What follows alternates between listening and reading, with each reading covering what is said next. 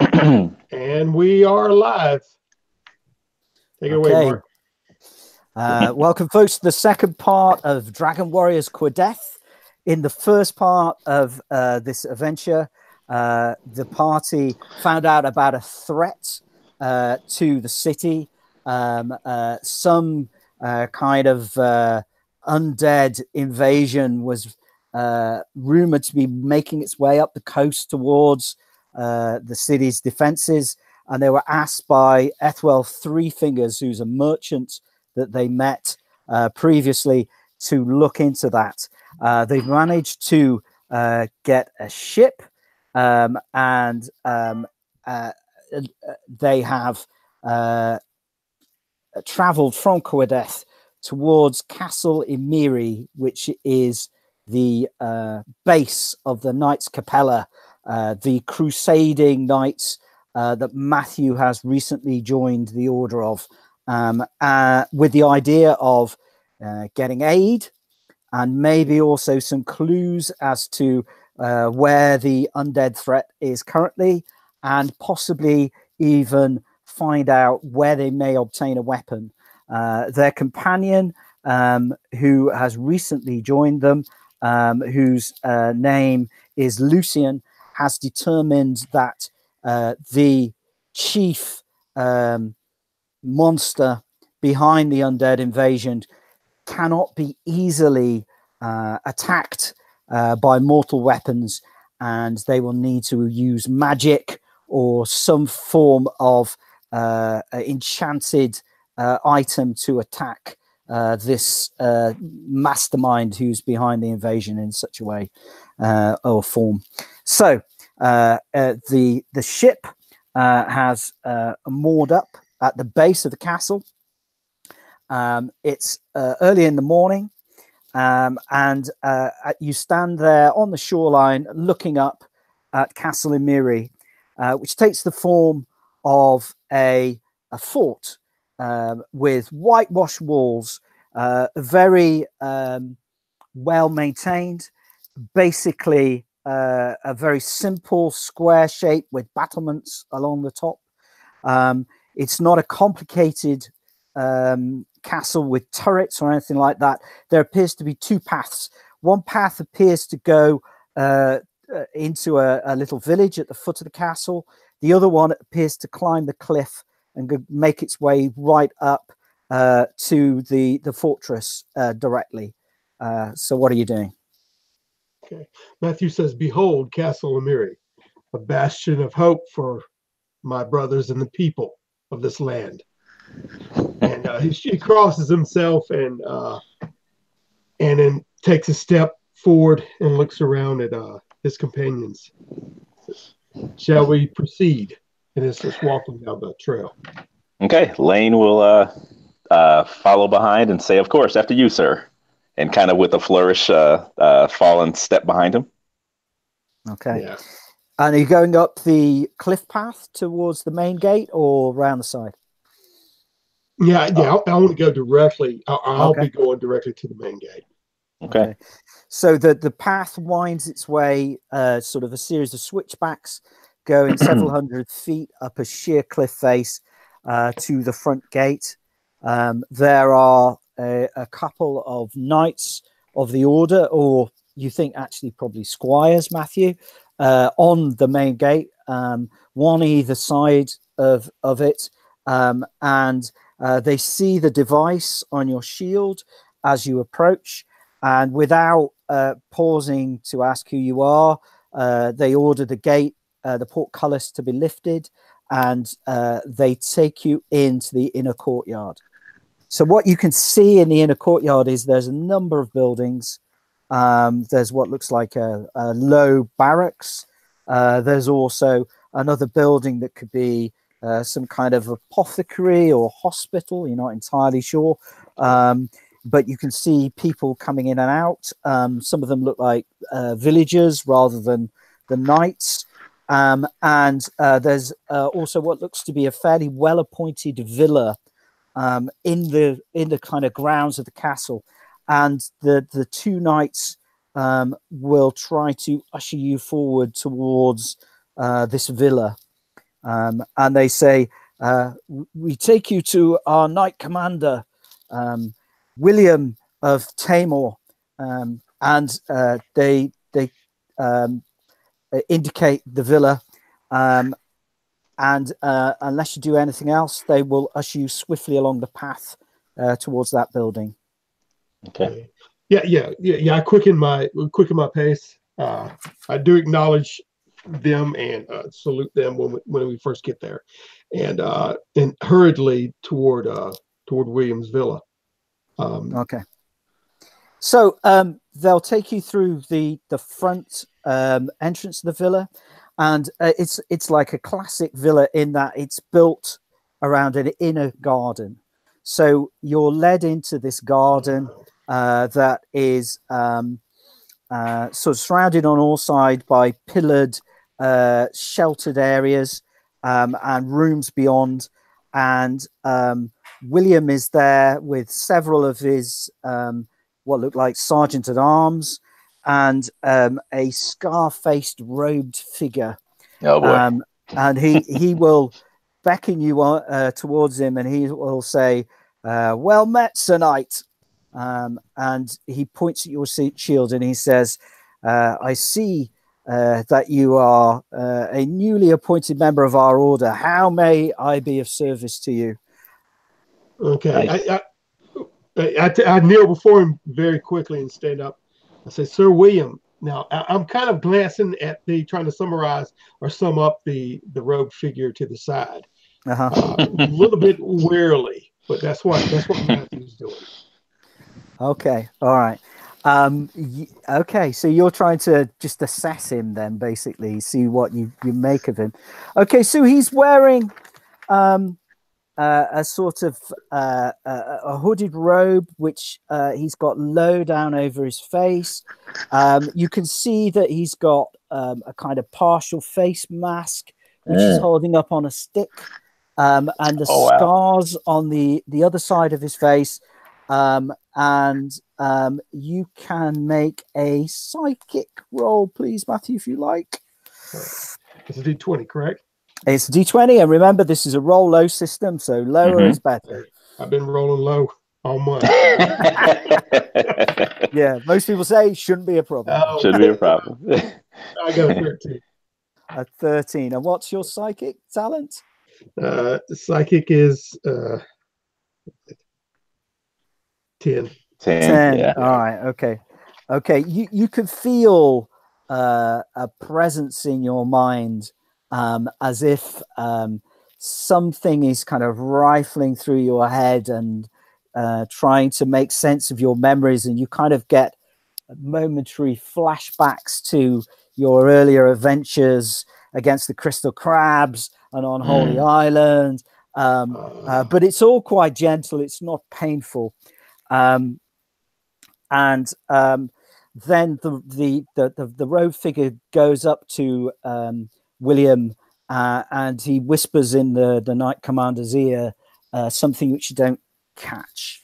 And the knight commander says, my sorcerer Gaius the Unmade says that you are a worthy knight indeed, Sir Matthew. He says, what brings you to Castle Imiri? We come in search of aid, Sir William.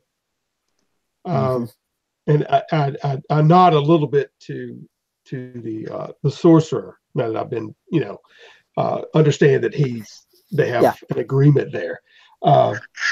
We've gotten word that the undead are plaguing the land, and we seek to rid this land of their infestation and get rid of this blight. So any aid that you could provide us. We also hear that that rumors of the one who started this plague, it can only be dispatched by means of magical items or powers, to which you may access, or if you have any information. Any help is much appreciated, Sir William. Okay. Lane can also Mhm. make a psychic talents roll, please. Okay. All right. My psychic talent is only 9, so we shall see what happens. uh, let's see here.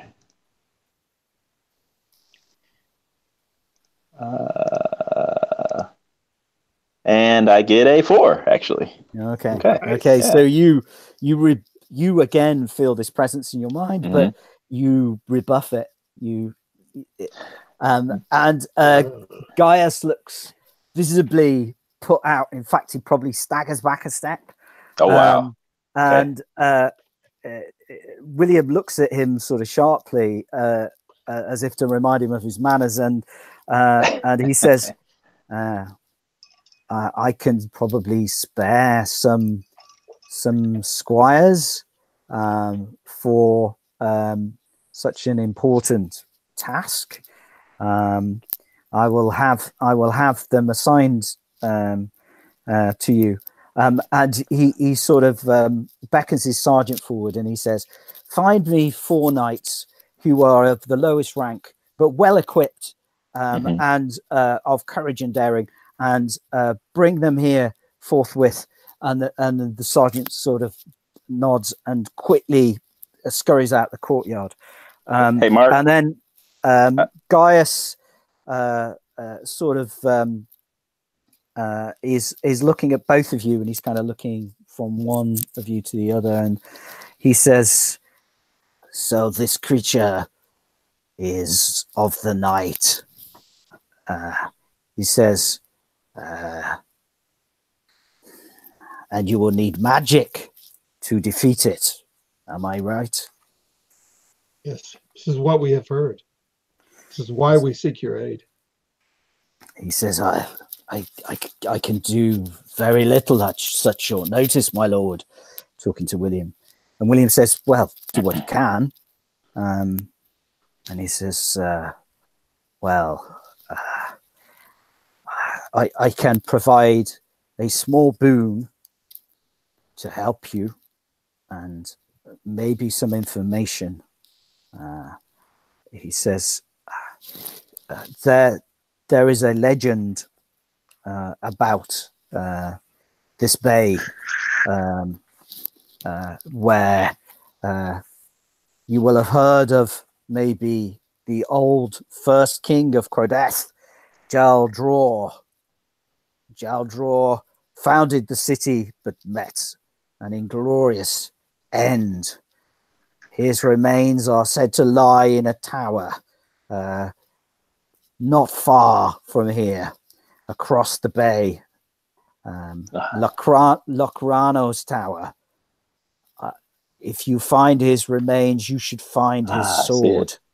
Okay. His sword was rumored to be a rune blade with powers over the life and death. If you can find such a weapon, it would be of great help to you against what you face, he says.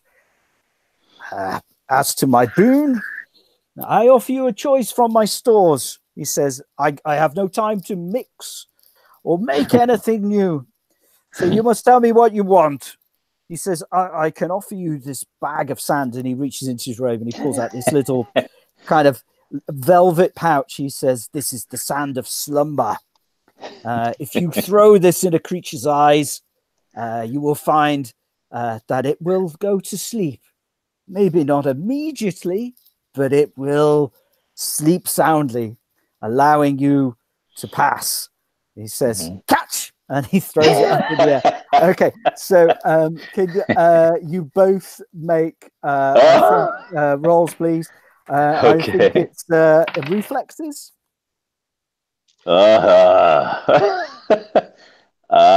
No, fail. I needed a 15. I rolled an 18. He must have caught you off guard. Yeah, got me off guard. I didn't lever blow, and I rolled a 13. So okay, he goes on the ground, and he's like, "This is not a good start." He says, "Maybe you need a an extra boon. I'll kind of look at him with the raised eyebrow and slowly pick up the pouch off the floor. Okay. It didn't burst or anything, did it? No. It didn't. Okay. Woke up later. If you got a 20,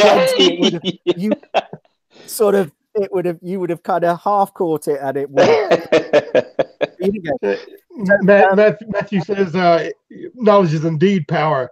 There's no doubt that divine providence has laid this blade in wait for us to take up and dispatch this creature. He says, yes, it's likely to be guarded. I don't know by what. But take fair warning.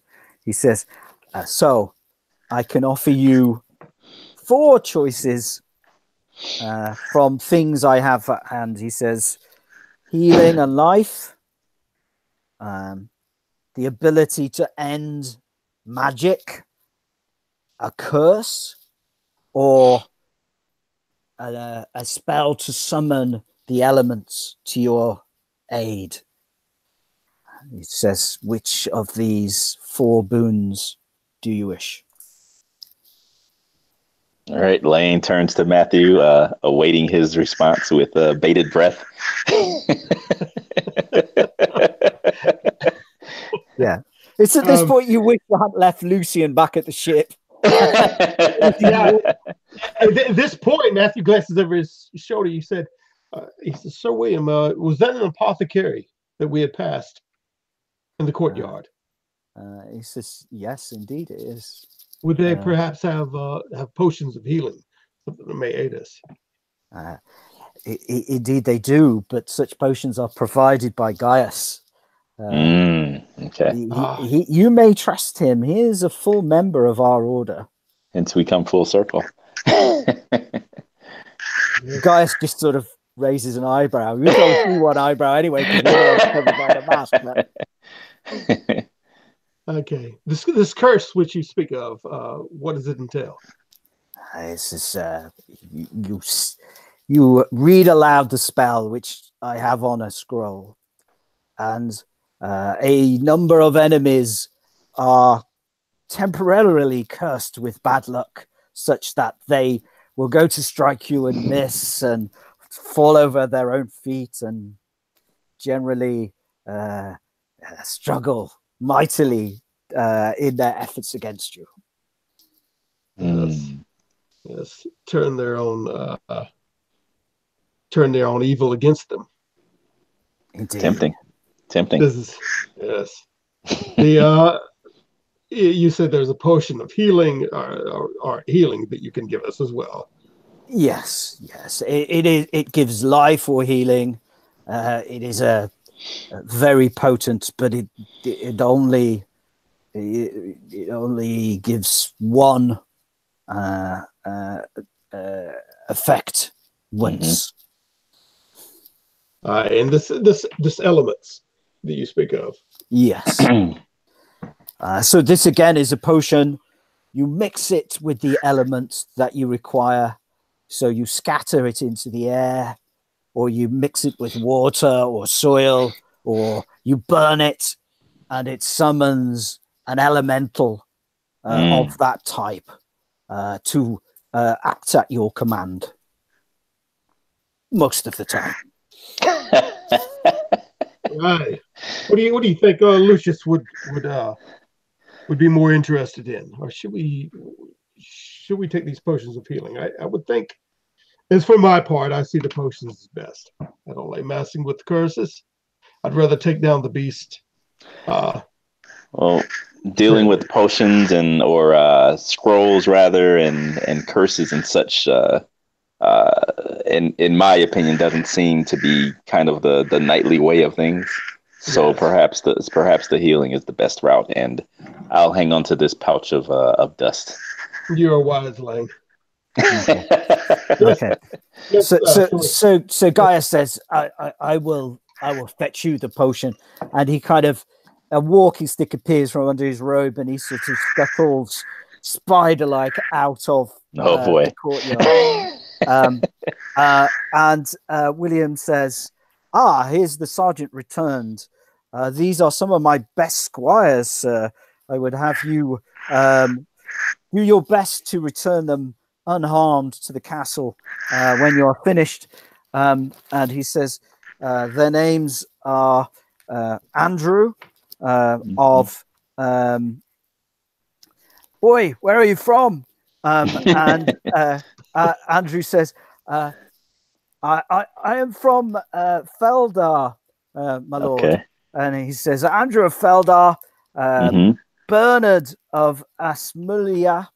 He says, Gerard of Ferromain, and Everard of Selentium. He says, these are worthy apprentice knights, and they will serve you well. And they're kind of looking at you a bit dubiously.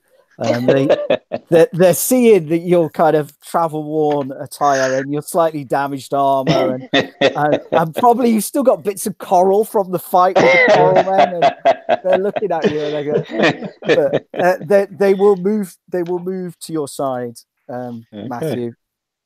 Okay. All right. Pack your things, men, and meet us at the shore. Our ship is there, and bring your sea legs. we have a bit of a over a sea trip. Okay. We're headed to the Tower of Tarbo. Tower. Or like Reynolds Tower, which is like south Reynolds of Tarbo. Tower. Yes, on the other side of the bay, if I'm not mistaken. Right. Yeah, that's correct. Okay. Yeah, that's right. Okay, so they will bow to you, and they will make their holy symbol, and with their fingers, the symbol, and then they will back out the courtyard and rush off in the direction of the barracks. Okay. I call. Right. We leave in the hour, and then I turn around to Sir William and take a deep bow, and I said, "Bless you, Sir William. You've been of utmost aid. We shall return your men, hopefully, in good stead." He says, I will try to send word if we are attacked by this undead horde. I will make sure that a vessel heads to Lacrano's tower, and the knights attempt to inform you, so you have early warning of where it is. It says we haven't heard yet of such attacks, but it's possible that this force is still to the south of us at the present time. Yes, it seems likely. It's best prepare. Okay. He says, I'm afraid I must now leave you. I have morning prayers, so I'll beg you to give me leave. And he'll turn away and make his way back crosses himself and bows and takes 2 steps backwards and looks at Lane and says, "I hunger. Let's go eat before we return to the ship." Yeah. Okay. All right. That sounds good to Lane. And as we walk to find some food to eat, Lane will speak to Matthew and say, "Do I need to remind you of the weight that has now been placed upon thine shoulders?" Yes, it is a weighty weighty burden I bear, but those in my faith often are called to do so, and I have of no more no more importance than the rest, and I must do my duty, even if it's to my own demise. Well, those 4 young pups that that come with us, I can imagine that they are they have fire in their bellies and in their hearts, but Matthew, it will take much of your patience, I can imagine, and much of your grit in order to bring them all back in one piece. And I must say that I do not I would not wish to be in your shoes. Mm-hmm. And Lane kind of bows to him and pats him on the back. Okay. First round's on me. So there's quite an extravagant breakfast laid out in the courtyard, and the knight commander's obviously been helping himself freely from this, and the sergeants indicate that you can also indulge. So I want you to each give me a couple of D12 rolls to tell me what you get hold of from this extravagant banquet almost that's laid out. Couple D12s. Okay. Yeah. All right. I got a 10 and a 3. I got a 3 Okay. and a 6. Okay, so Lane gets some soft-boiled eggs in pine nut sauce. Okay. Interesting. Okay. And you got a 3, did you? And a 6, I think. Yeah. Matthew's obviously gone for the less rich stuff, so he's got boiled mackerel fillet with leeks. Okay. All right. But then he's got honey sweetened milk custard for desserts, which is a bit rich for breakfast. Really, I thought. Oh, okay, no, not good for going on a ship, really. If there is a basket or some kind of whatever, I'll look at the cook, and Matthew's always kind of over, a little bit overzealous anyway, but I'm looking at the cook and just saying, I need some for my shipmates. They're out in the thing taking care. We must leave. Okay. They'll give you a bag of sweet buns with raisins for this. There you go. And what was Lane's second roll? 3 and I think a 10. I think. Okay. I think a 10. So you got some honey drizzled figs and dates to take away. Okay. Nice. I like that. All right. Obviously, the Crusaders are living well off the land at the moment. Yeah. Okay. Yeah, indeed. Yeah. Okay. So you make your way back to the ship without incident, and you're. Unless you want to do anything else, you're able to set sail. Yeah, I walk up the gangplank and then start tossing biscuits around, joyously, even singing a little song. I look around and look toward the city, expectantly seeing those 4 squires coming. Okay, so they also will scurry up with their gear very shortly, and a servant boy comes as well with a basket which has a note on it from Gaius saying, take care to use this potion only in direst emergencies. Oh boy.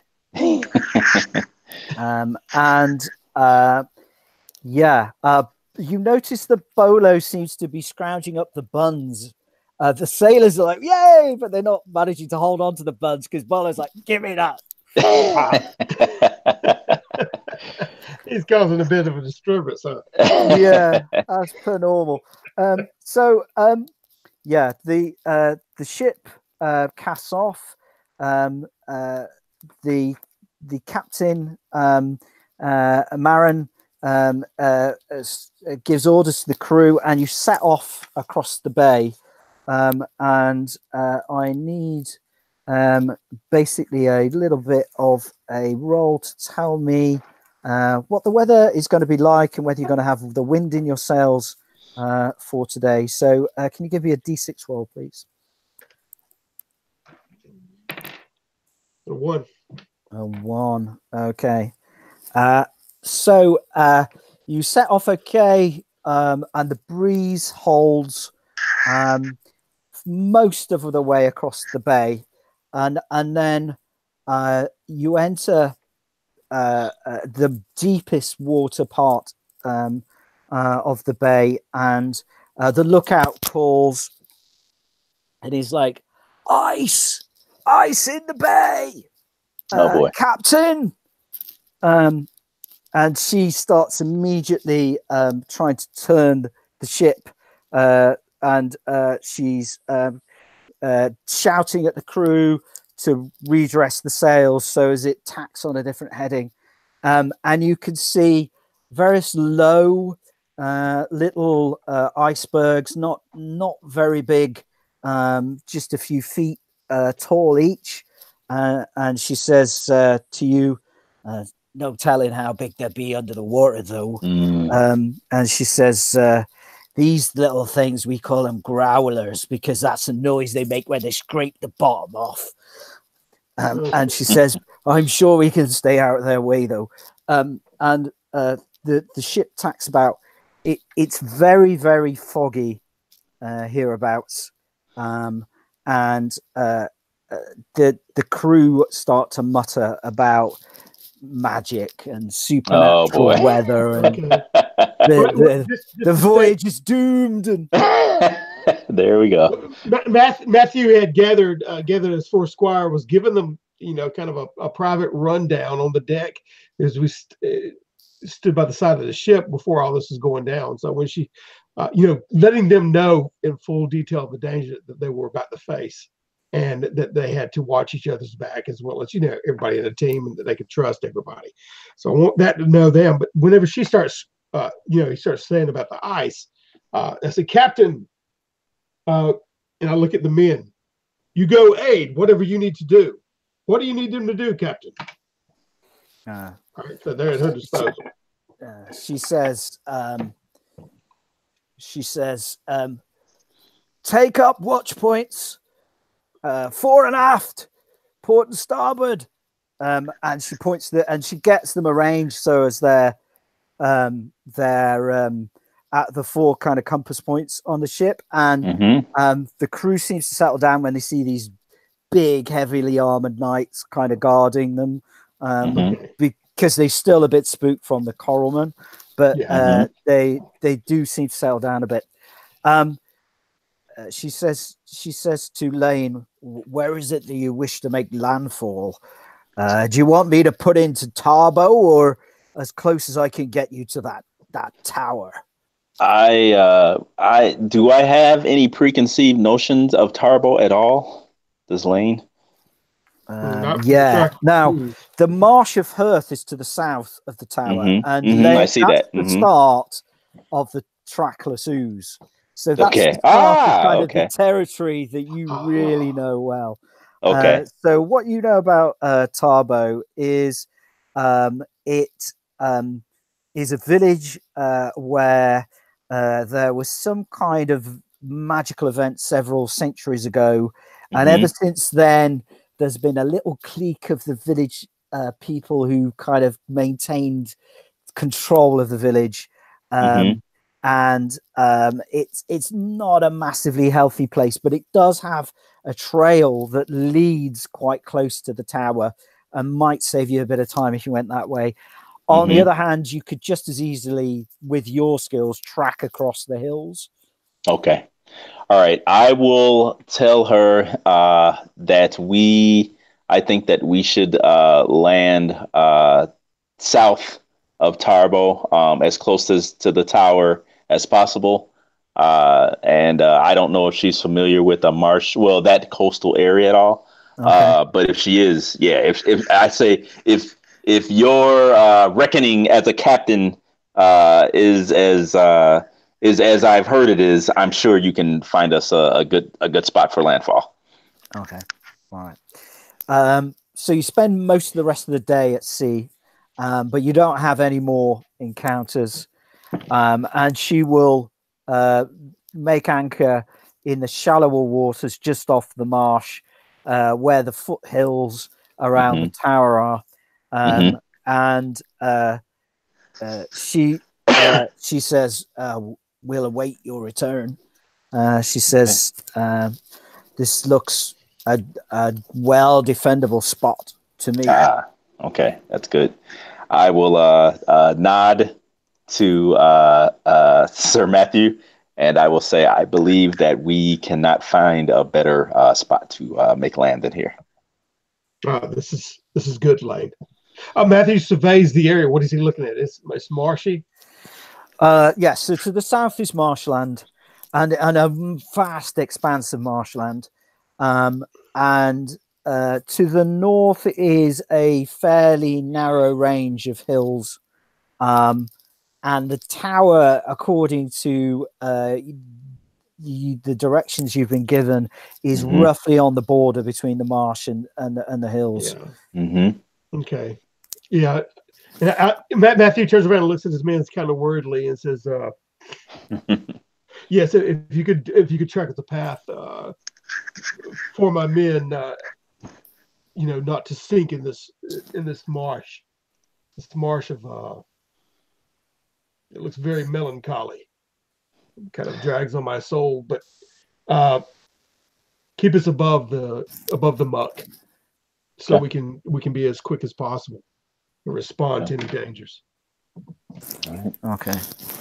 So, okay. So there's a few hours of daylight left, and Lane can certainly, if you skirt the line of hills, you can probably get to within 10 miles of the tower by nightfall, and you could certainly get there by the early hours of the morning if you wanted to carry on marching, but it's just up to you whether you wish to make camp.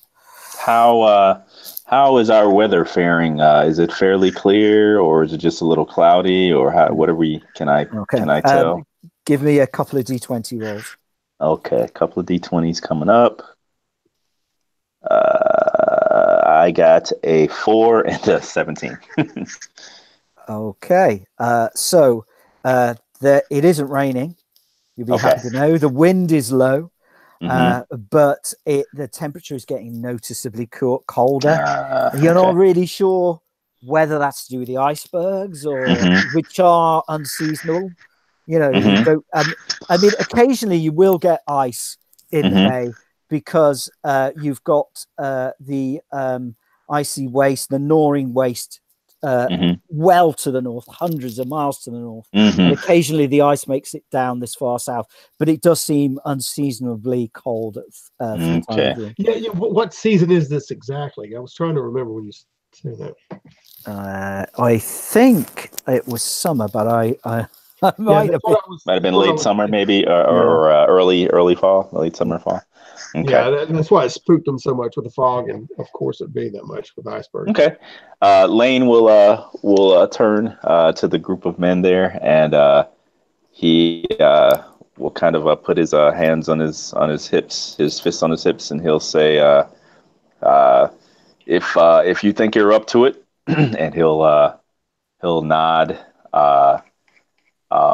at each of them, kind of meeting them, eye to eye, and then he'll face Matthew, and he'll say, "Yes, if you're up to it, we can push as quickly as we can before nightfall and make it fairly close to the tower itself.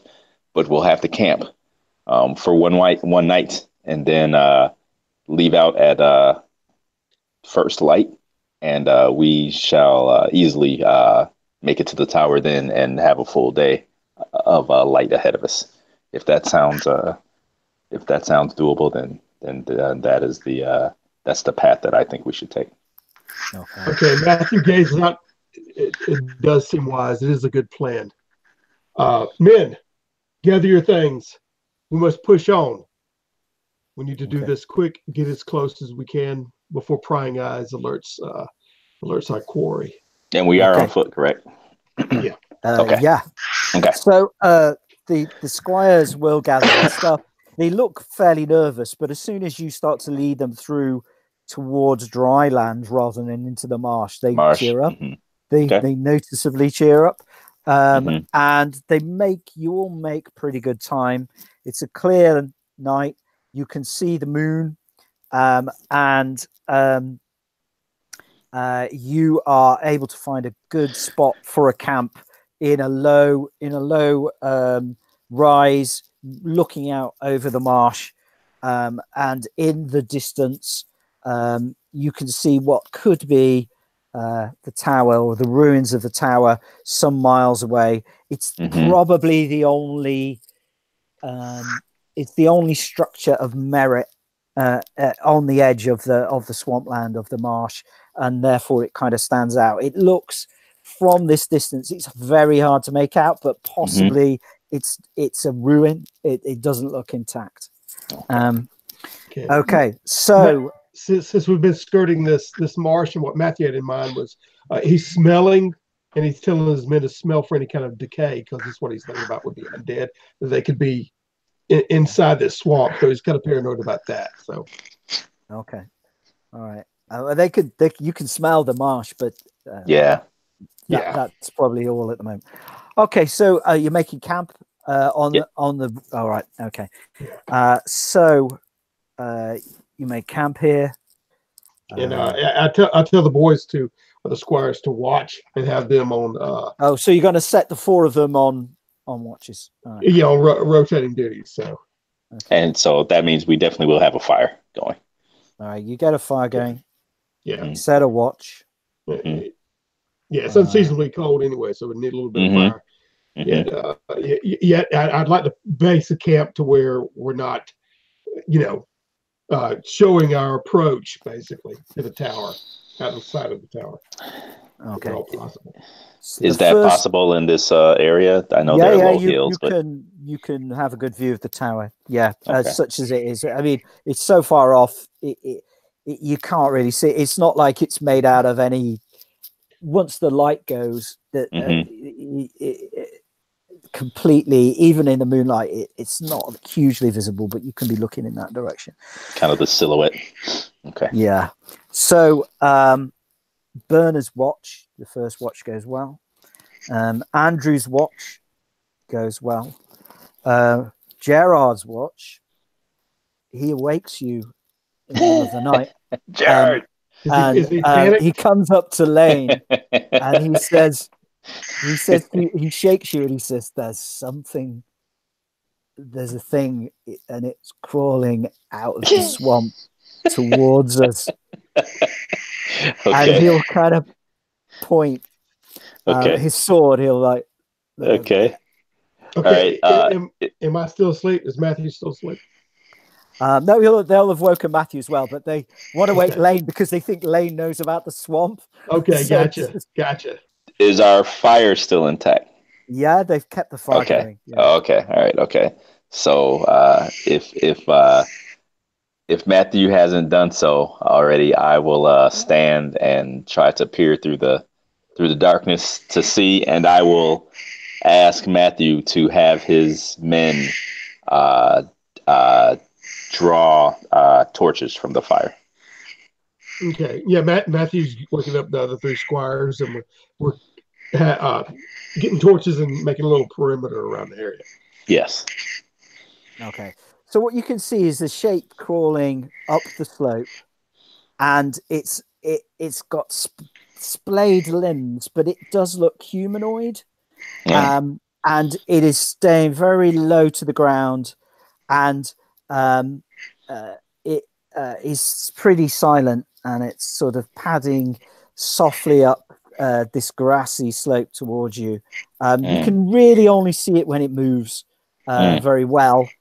Something is kind of glistening on it in the moonlight, but it's fairly constantly moving in the direction of the camp. Okay. Lane will grab a makeshift brand of fire, torch, or whatever, and fling it towards the creature to possibly, hopefully, maybe scare it away or spook it, or at least get it to hesitate so we can get a better look. Okay. Cast more light. Okay. Can I do that? Yeah, for sure. Okay. So you shine, you hold the torch out, you see if you can loom. You kind of get an impression of scales coming off this thing. Mm-hmm. And you can give me an intelligence roll. Okay. And I'm going to say that this is only a difficulty 7 because it's dark. But you potentially have seen one of these creatures before, so I'll say it's a difficulty 7. What's your intelligence? Okay, my intelligence is 14. Okay, so you don't need a roll. You know what this is. This is a newtling. Noodling. Okay. All Yeah, right. so you actually friends with the Mutlings. Ah. Um, Okay. Okay. so What? you've developed a kind of crude barter system in your Mm-hmm. journeys across the swamp, Mm-hmm. and they provide you with information and usually trade it for food and for various Ah. other items that they want. Okay. Um, Are they generally non-hostile, or what is their overall kind of they're non-hostile to you. They have attitude? been known to steal Okay. people away and strangle people and things like that. Oh, But oh generally, wow. you've never had any problem with them at all. You know. Oh, okay. All right. So, Mark, So what you're I not will do. entirely sure if you believe the stories coming out of the villages. You know, Yeah, Matthew comes up beside Lane and is kind of peering off into the darkness. What do you there's make Mhm. some of it? kind of lizard man thing crawling up, Okay. Okay. I put swamp my hand frog up. thing. I put my hand up to Matthew as if to tell him to, kind of hold, stay back. And what I will do is I will pull out some of the honeyed figs that Okay. I had, Yeah, yeah. and I will slowly walk over to this newtling. Do they can they communicate with Oh me, yes. or oh Yeah, they they can? can Okay, talk, sort of. And okay, all and right, and okay, as soon as you pull them out, it's like okay, okay. it's sniffing the air and it's caught. It's called the Ah, scent. Okay, ah, all right. ah, sweet honey.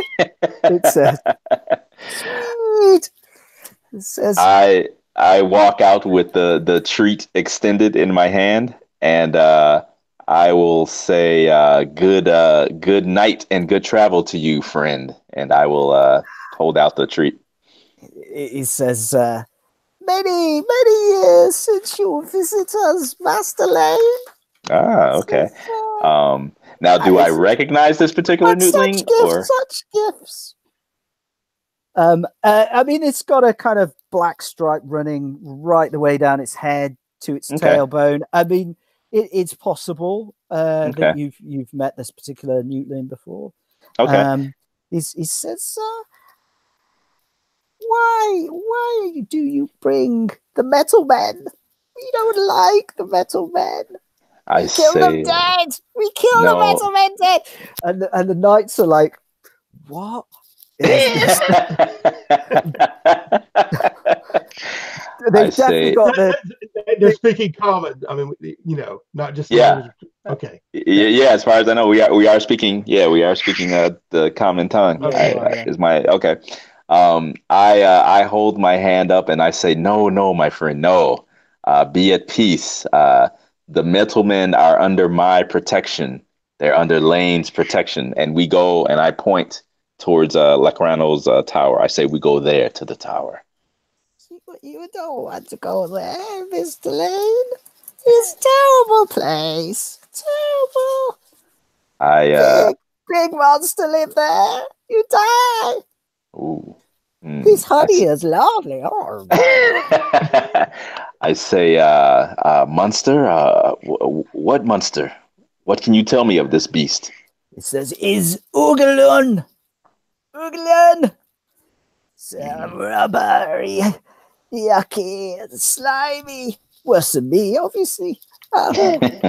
He says, smooth, dry scales. Newtlings have. mm, He says, we're gonna kill you dead. Big, nasty mm. claws. I pull out another treat and kind of another fig and kind of dangle it, as to kind of tease it. Yeah. And I say, are there any other creatures there besides Ogalan? It's just no, just Ulan. Just They're all Ogalan. scared of Ulan. Newlings. Mm, okay. We Okay. I'll give him the treat, and I'll say scurry along now and tell your tribe that I will visit as soon as I can, and stay safe and stay warm, and I will we shall meet again, my friend. okay. All right. He will make a sign, Mm-hmm. and then he will back down, Okay. looking at you all the while. Yeah. He probably doesn't say rubbery. He probably says whatever Newtling equivalent of rubbery is. So Okay. like slimy fish, stinky slimy fish, or something. Okay. Okay. All right. Okay. After he backs off until he's pretty much out of sight, Lane will kind of sigh a bit of, a relief, and then he'll go back to the campsite and kind of tell Matthew and the squires that apparently and they didn't hear, there's a large beast of some sort that has made its lair in the tower. Uh, uh, how dangerous this thing is, one can only guess. Okay. You So- trust this creature's information? I'm sorry, what was that? You trust this creature's Oh, yes. He has no reason to try to deceive us. But I will note that he was a little more stressed about the sight of you and your squires than maybe this creature at the tower. And I kind of shrug. We stay outside of, I believe they came from the marshes. We stay Mhm. outside of their territory. For the rest of the journey, do you know of the creature he speaks in this tower? I've never heard of this creature, but it is named. So my assumption would be that there must be some hint of intelligence about it. So we may be able to bargain with it, possibly. I don't know. It could be. It could be the case. So the knights are a bit spooked after this, and there's some kind of howling going on a couple of hours later, and they get everybody up again. A pack of wolves or something, you think, maybe, but nothing is anywhere near. It's really far away, and it takes you a while to kind of calm the knights back down again. But the rest of the night passes without incident, and you are able to get to the tower fairly quickly the next morning, after probably no more than an hour and a half at the most walking. Oh, that's a good time. Yeah, we're forest marching. Yeah. Okay, so you're approaching this tower. What you can see is that it is set into what looks like a bit of a cliff face, which marks the sort of change in the gradient between the hills and the swamp. But it is otherwise ruined above the kind of first level, and it's sort of fairly well made stone, obviously solid construction, but fairly rough hewn, and there's kind of various bits of brush and scrub around the entrance that've kind of grown up around what possibly was a causeway through the swamp. You're not entirely sure. Okay. How massive of a structure is this? Does it tower above the, so to speak, above everything else around us, or is it just a couple of? It looks like it was quite a complex in its time. Okay. But there's nothing really much left above ground level. Just possibly 2 or 3 buildings, all like reduced to a few feet of stone blocks poking out the swamp at various intervals. So it's almost like the land has subsided or become more waterlogged, and the building has kind of gone under. That's what I was going to ask: how the terrain was, if it was hardened or if it was more giving. But you say about 3 buildings, but is there any kind of a tower structure otherwise? At least there's an obvious entrance by this cliff into a worked door which has clearly been carved out of the cliff, and then the rest of the structure above that's kind of eroded away. So it's been here for a while, apparently. Yeah, there's no tower per se anymore. There's nothing like that there.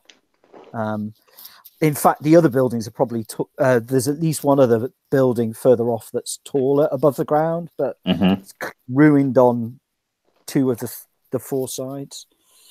Okay, Matthew's kind of on hyper alert. Now I know that I speak up for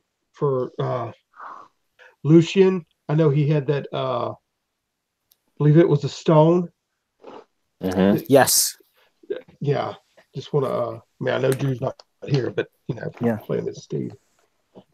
Yes. Yeah, and what he's worked out on the voyage is that the stone gives him a sense of direction.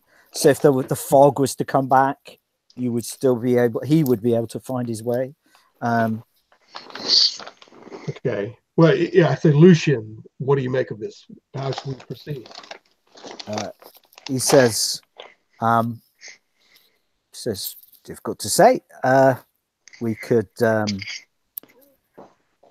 could look for magic around this entrance or one of the other buildings, but that would waste one of my spells for the day potentially.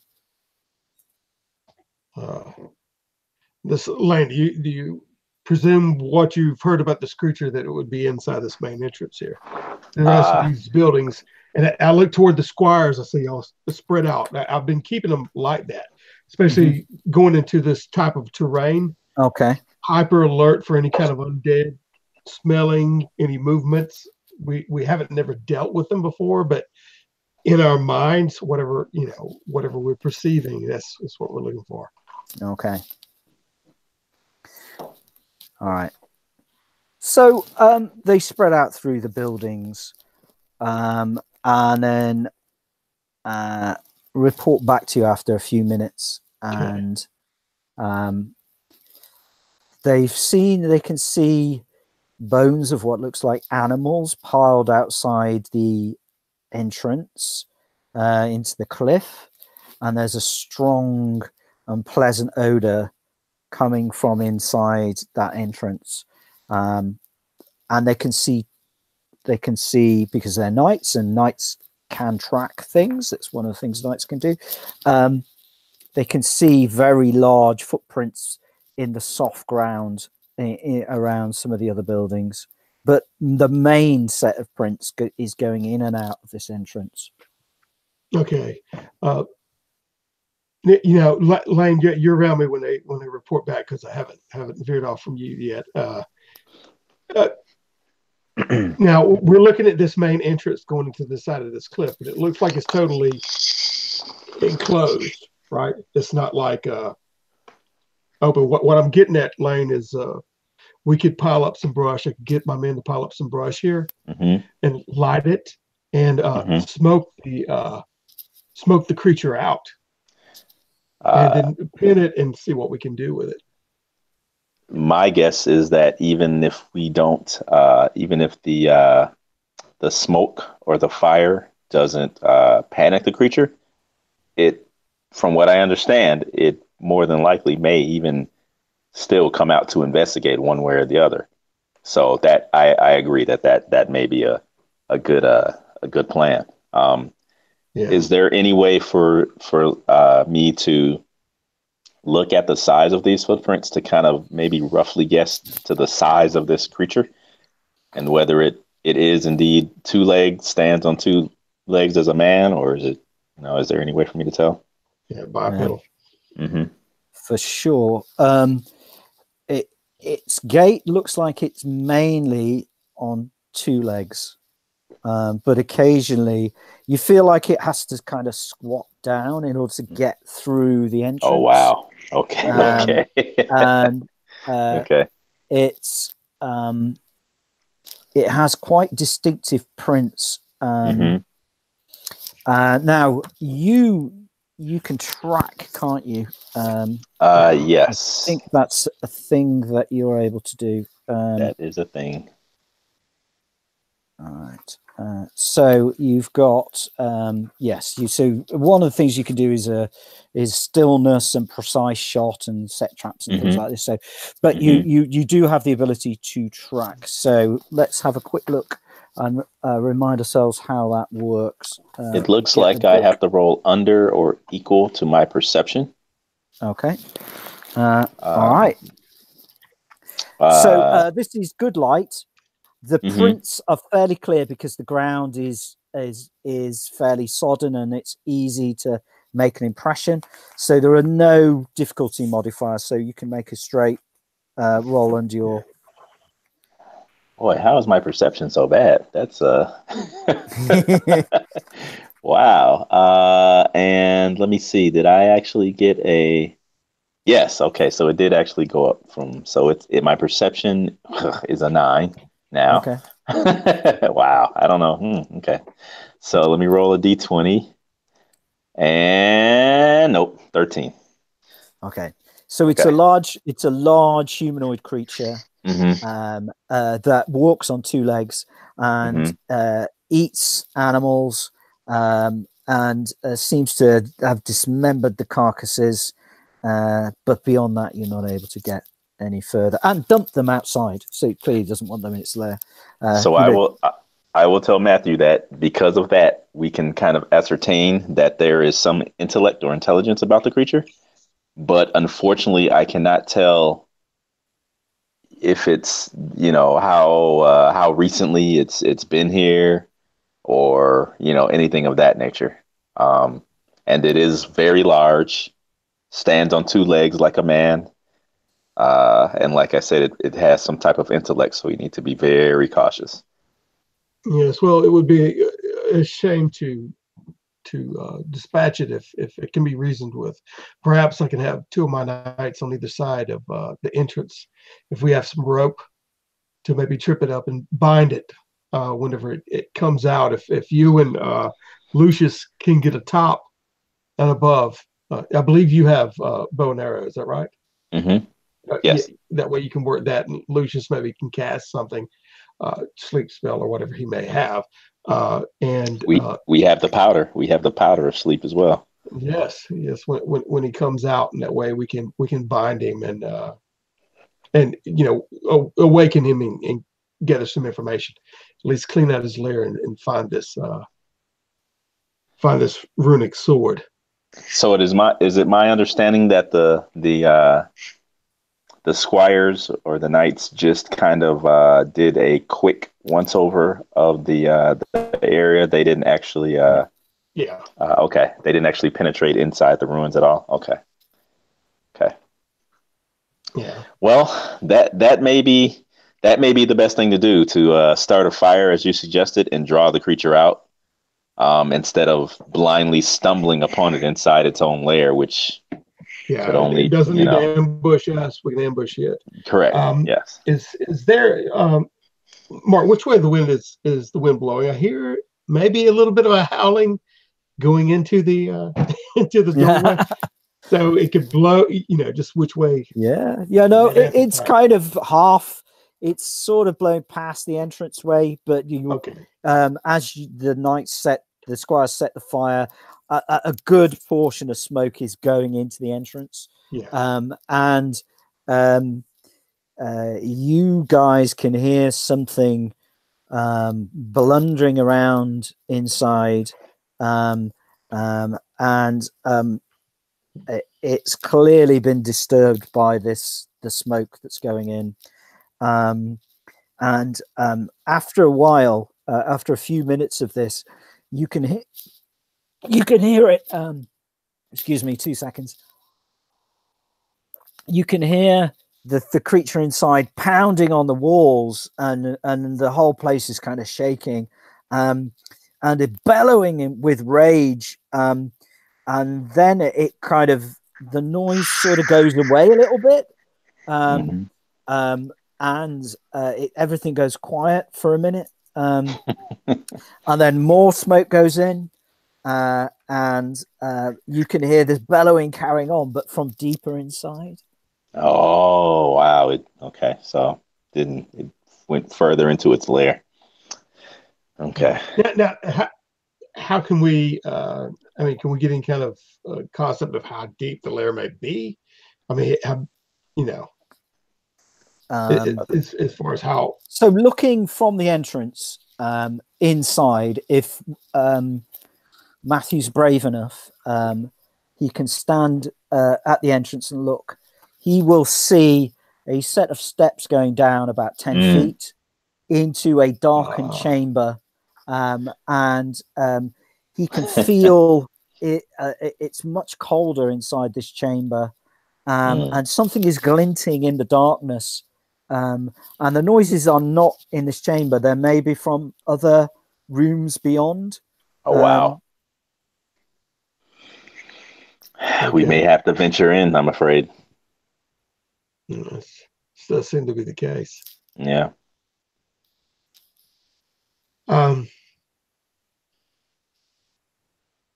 Okay, if that's what we have to do, I'll tell the squires to take up some of the muddied ground and start putting out the fire.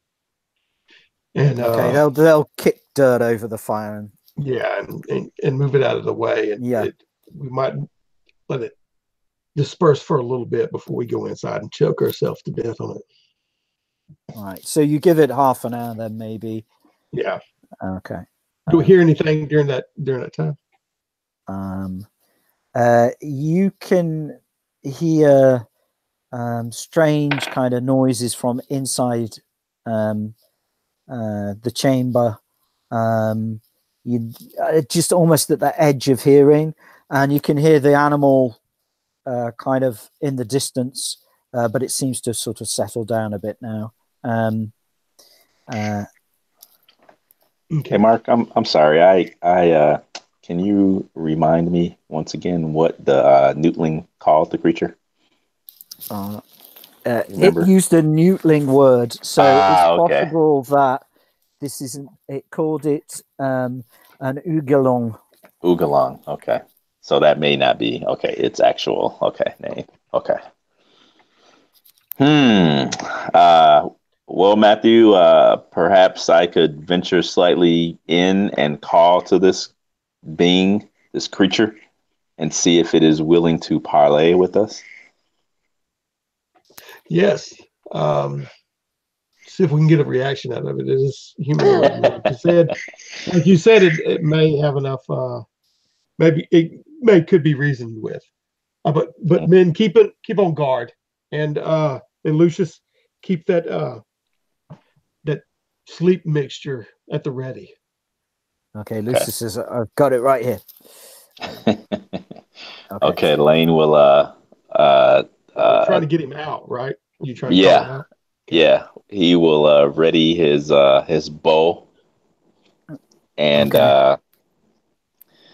with slow, carefully measured steps. Actually, he will not ready his bow. What I'll do is I will unloosen the pouch of slumbering dust and have that in hand, and then slowly walk into the lair to try to see if he can make sight of this creature and communicate with it. So what you can see is this is a quite a large room made of rough-hewn stone.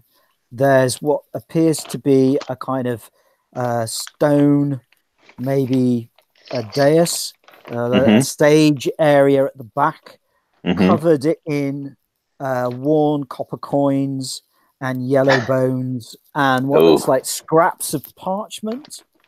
And as you walk down the stairs, because it sort of descends 10 feet as you come in, you can. There's ice cracking on the stairs. Really? And you can feel a cold air kind of biting at you. Not good. And there's almost kind of, you feel like there's icicles in the corners of the room, which make the sort of shape of the walls slightly less clear cut. And there's an unholy smell in here, but there's nothing. There's no creature. Okay. Matthew was a little trepidatious to let him go in there by himself. So he's a couple of, like Lane, I'm right behind you. Are you sure about this? Yeah, Lane jumps when you speak out and looks over his shoulder and frowns. And he says, he shakes his head, and I say, this is most unnatural. Lane can see to the south. There's a further staircase going down another. Is there? 20 feet to a lower level. Okay. I'm afraid that if we venture any further, Fred Matthew, that we will basically be in the bowels of this beast's lair, and we'll have no choice but either to fight or we'll be at disadvantage, is what I'm saying. So if you're willing, gather your knights, and I don't think we have any other choice but to venture down into its lair. Okay, Mark, when I was behind him, I'm trying not to clank all that much since I've got armor on. So, I don't want that reverberating down the hall. Well, you can make a stealth roll if you wish to go quietly. Yeah. Okay. Well, I look at Lane and nod, and Matthew goes quietly as he can back up there, and then waves in his knights and his squires, and he'll tell them real quickly, follow quietly. So I have to do that for all of us. Then we turn down there together with him, and right. All right, I rolled a 16. Okay. Mark, should we all roll, or should we? Yeah. Okay. Yeah, for sure. Okay. All right, I have a 16. I'll roll for the knights as well. Okay, I have a 16 stealth. And I rolled a 3. Okay, so you just fade into the shadows then, basically.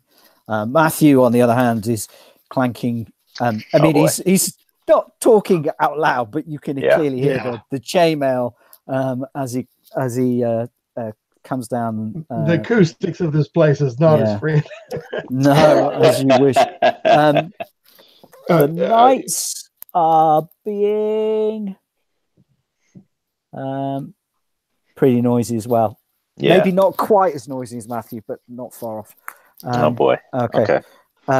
So are you going into the next chamber then? You're going down the steps. That's what Matthew wants to talk with Lane when he gets down there. He's hearing all this noise.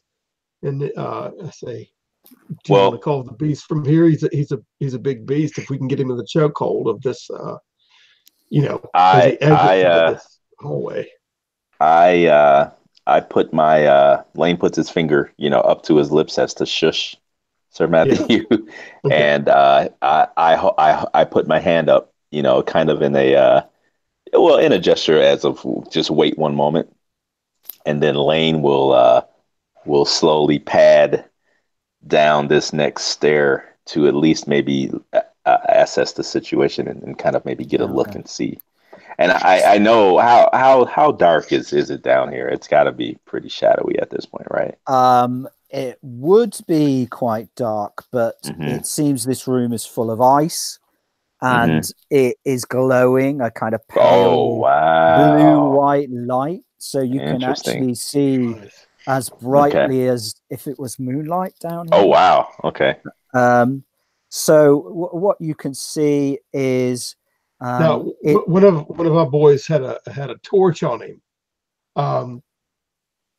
So I'll tell him to extinguish that. Matthew does that. But all right. So the knights will put their torch out. So there is a frozen shrine in the center of the room, which is definitely glowing with a magical pale white light. It's not natural.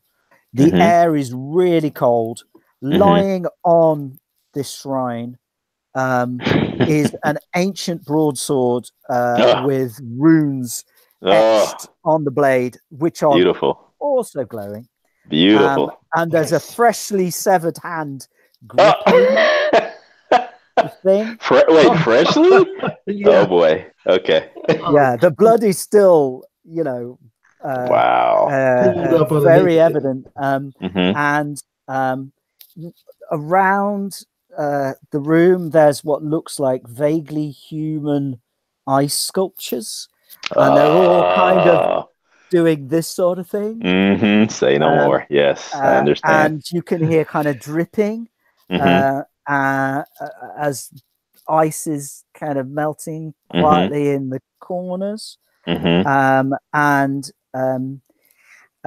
There's a sort of hissing noise coming from one of the darker passages that lead off this room. Okay. And if you strain really hard, you feel like you can hear the sound of swords clashing with each other and maybe faint Really? noise of men shouting out. Really? Yeah. Okay. That's interesting. Deeper Okay. down the hallway, the main corridor. No. Well, it's very difficult to say. It's almost a sort of disembodied sound Like of a babble. Okay. And there's very clearly writing on the altar, which I'm not sure Lane can read. Let's see. I don't know. Let me see if I have any languages written down here for him. I don't see anything. Matthew can read Baculi. Yeah, I don't see anything. So I would probably say no. Yes, that's what it is indeed written in that, Matthew. Okay. Okay. Well, one question then, Mark, about from the bottom of the stairs that led down into this room. Yeah. About how far away from Lane is the altar with the weapon on it? So the altar with the weapon is roughly about 25 feet away. Okay, so it's not too far. No, you could dash and grab it in a single move. Yeah, it says, Matthew, from your position on the stairs, it says, "What can bite without teeth?" and a question mark. Oh, okay. You know what that is. Well, yeah, it's cold. Okay. Yeah. Okay. All right. Matthew whispers that to Lane. Yeah. Okay. He'll look at Matthew like, really? And Lane will point up the corridor and kind of do the symbol across his throat, like, So bad news is down that corridor right there. Yeah. Can I have a stealth roll from Matthew? So oh gosh, he's got to blurt out, "It's cold." All right, I get 11. Stealth is 13, so I made it. Okay. Nice. So you say it, you whisper it, and the words just sort of fade away on the altar. Okay.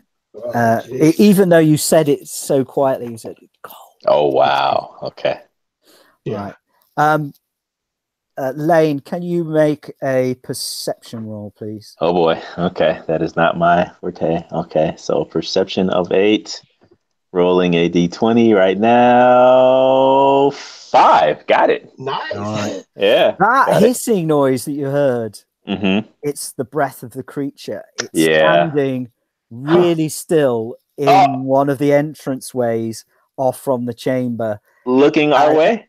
Oh, it's totally clocked you. It's just one.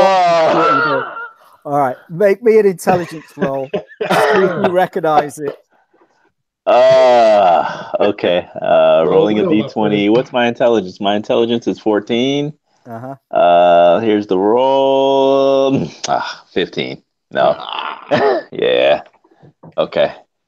But can I? It is bipedal. It does It's stand on two bipedal. It's legs. got Okay. huge outsized kind of claws and Mm-hmm. feet, and Mm-hmm. huge outside face with a massive nose and jaws on it. It's wearing animal hides. See, It here is you go. quite bony, and Mm-hmm. it doesn't surprise you because Mm-hmm. you made your perception roll. Mm-hmm. So it's not going to get a surprise attack, but it is going to come rushing out at this point to attack you. Okay, I point So if I can. uh, I point and yeah, yeah, yell okay, out. all right. You go first because How you long? have a higher reflex than this thing. Oh gosh. Okay. No, we're still in the So it. corridor going Oh, down, okay. right? I know what I'm Yeah, yeah, gonna do. Okay, I know what I'm gonna do. All right. So I will. I had the bag yeah. of slumbering dust, the pouch in Yes. hand. So I will fling it at this creature, and hopefully it will. I'll hit it in the chest, or and see if it works or not. All right. We'll Okay. see. I don't know. We'll see. That'd be All right. awesome if it would, man. Yeah, I know, right? Get some hot Okay. water. Okay. So make an attack roll. And Okay. because you're not trying to. It won't have its defense against this. It will just. Okay. You'll just make a straight attack roll. Okay. So I have attack of 14 now. Now that Yeah. I'm rank 2, and so let's see, D20 and 6, 9 rather. Okay. Okay, you hit it. So Okay. the bag bursts. This Mhm. twinkling powder envelops the thing as Nice. it rushes towards you, and you roll me a d4.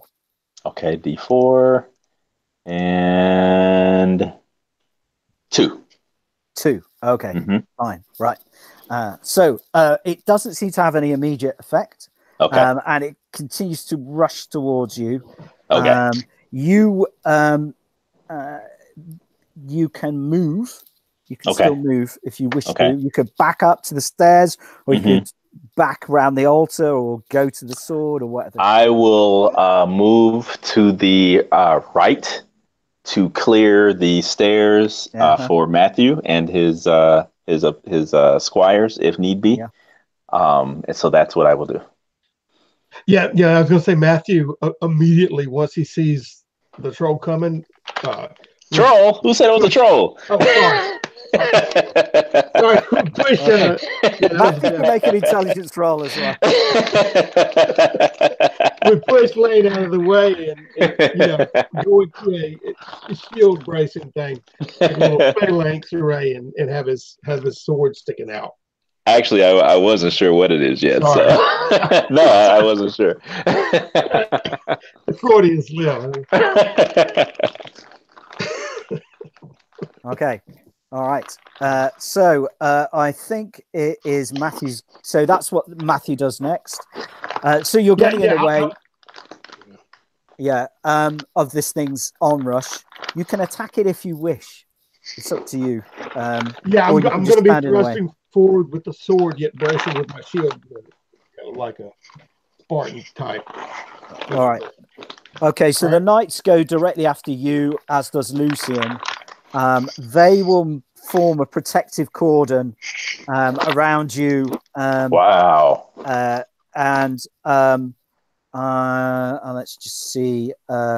Lucian will think about whether he wants to cast a spell or not, but I think he's going to wait to see what the pouch does. So that is too cool. I think he may try to shoot the thing. So for his attack, can he hit it? So he draws his bow, and he shoots an arrow, and the thing just reaches out with a monstrous hand and just bats the arrow away.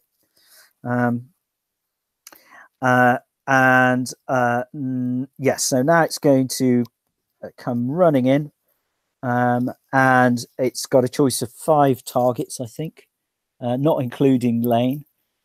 So let's see, who's it going for? All right, okay, so it's going for Andrew. It comes crashing out of the entrance, and slips on the ice and goes smashing No. onto the Really? Rolls a 20. Roll the 20. Oh, wow. We cannot get any luckier than that. Yes. Okay. It knocks itself out on That's that. the end of the first round. Second round. Wow. All right. Okay, so it's back to Lane then. Oh, okay. All right. Okay. So now, does it just kind of lose its footing, or does it go prone, or what is it? It is prone at the moment. Really? Yeah. Wow. Okay. All right. So I'm not sure if it'll take. Will it take my whole action to ready my spear to attack, or how does it? I'm not sure. No, you can have your spear ready. I can ready it. as part Okay. of All this, right. yeah. So that's what I'll do. I'll since it goes kind of prone, it slides on the ice. What I will do is I will rush in to attack with my spear. Yep. And if possible, I will scream at Sir Matthew and say, grab the sword, as I do that, if possible. All right. Okay. Matthew's looking at him, but Yeah. Let's deal with Lane first, and then we'll come to Matthew. So, you make a spear attack then, please. Okay, so my attack is 14 plus 1, so 15. Okay. Let's see here. D20 and 14. Okay, made it. Okay, so you rolled a 14 under 15, yeah? Yes. Mm-hmm, yes. Okay. Well, if it hadn't have gone crashing onto the floor, then you would have missed. Okay. You just hit it. Okay. I just barely hit. Okay, I'll take it. Yeah. Okay. And let's see. I don't. So you have to bypass its armor first of all. So roll the bypass roll. Okay. Roll so is high. that another? That's another D20 roll high. Okay. No. It's whatever a spear is. Is it a D6? Why don't I have this on my character sheet? Let me look. Oh boy, sorry. Let's see.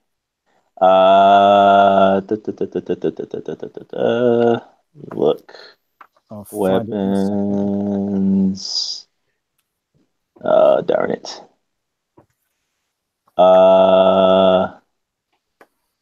There it is. Okay, page 67. Okay. Yes. So a spear is actually 2d4. 2d4, 4 points. Yeah. Okay. All right. Yeah. Okay. So if you succeed, you'll do 4 points of damage, but you have to 2d4. bypass its armor first. Okay. So roll 2d4 for my bypass, and if I do so, I do 4 automatically. Yeah, okay. Yeah, that's it. All right. Okay. So I've got that written down. Okay. So I won't slow us down again. And 3 total. Well, luckily, its skin, although it's tough and slimy, as described by the newtling, you do manage to get through that natural armor, and you do it 4 points of damage. Okay. All right. Okay. I'll take it. Okay. Okay. Cool. Okay. So that's the end of your go, assuming you're going to stand. Yes. At spear's length from it. Yes. Not right in front of it, but no. Just stab an arm or something. Yeah. Okay. So it's Matthew's go. Okay. Well, Matthew is screaming at the knights to get the rope that the two knights had the rope across the entrance to bind the beast. So they gonna hog tie now. But I'm looking at him. Is he moving? Is he cognitantly aware? Oh no, he's making to get back up. Okay. And he's so big that he doesn't really need to. Right enough that sleep powder to you guys. You know what I mean? Caused him to. Anyway, no. If he's moving, Matthew's diving in with his sword as well. Okay. Okay, he's face down, right? I'm hitting his back area. Yep. Okay. Okay, I got an 8 on that, and yes, that attack is 14. Yeah, it hits. Yeah. Bypasses armor with I believe an 8. Yeah, D8. Yeah. roll the d8 then. You get a 6. Yeah, that's bypassed. Yeah, Okay, that's 4 damage. another 4 points of damage. Okay, so you've wounded the creature, and it is showing signs of damage, but it's very much alive at the moment. So the knights. Yeah, I was screaming for Capella and trying to inspire the other squires. All right, and do you want them to try and hogtie the thing, or do you want them to just go hell for leather with their swords on it? Yeah, that's why I screamed for Capella and hit him, because I was thinking he was prone, like asleep to hog time. But yeah, I want them to attack. All right. Okay. So they're all pretty shaken by this. Only one of them hits. So let's see if they bypass the armor. Yes. So yeah, they managed to do another 2 points damage. So you're wailing on this thing, and that's. I think now it's the trolls go. So Lucius, it's official. It's a troll. Yeah, I feel like a spoiler. Now that you're beginning to fight it, it definitely looks like the fairy tale creature known as the troll. Yes. So it's going to try and grab one of the knights. And what's the knight's defense? 5. Right. Okay. So it has got a chance of. Yeah, it grabs the knight, and it is going to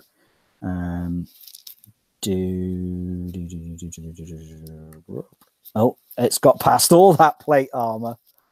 Oh wow! Really? Wow! And it's gonna crunch him up. Now, who is this? Which squire is this? So this one is Gerard. 5 points of damage. And then it's gonna sweep him into the other knights, using him almost like a bowling pin. Oh my gosh! And so let's see if it manages to do that. Well, that's pretty good as well. So they all need to make evasion rolls now. And Matthew, you can as well, please. So you should have an evasion. Got an evasion of 4. Yep, that's what you got to roll. 13. I'm constantly rolling 13. All right, okay. It knocks you and a couple of the other knights over, with Gerard, who it kind of slams against the wall. He'll take another couple of points of damage from that. He's looking a bit sick. Poor Gerard. All right. And then it kind of slowly face plants, and it seems to be snoring. Oh, there it goes. It works. Gee whiz. Take that big monster down. Okay.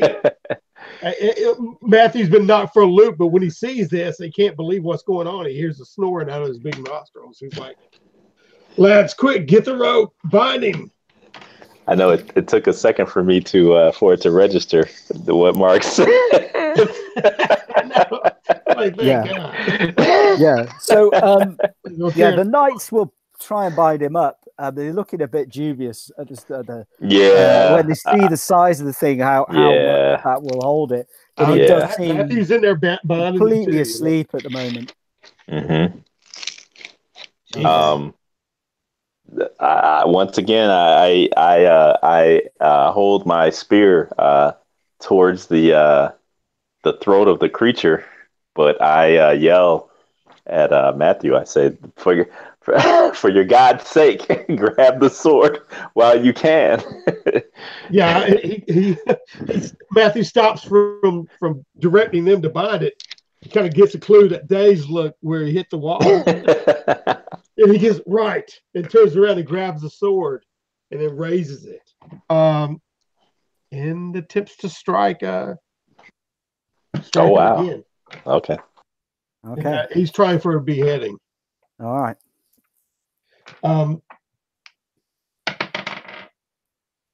Okay, I got a 14, but that is my attack. Yeah, yeah. And this thing is helpless. It's asleep and it's bound. So you hit.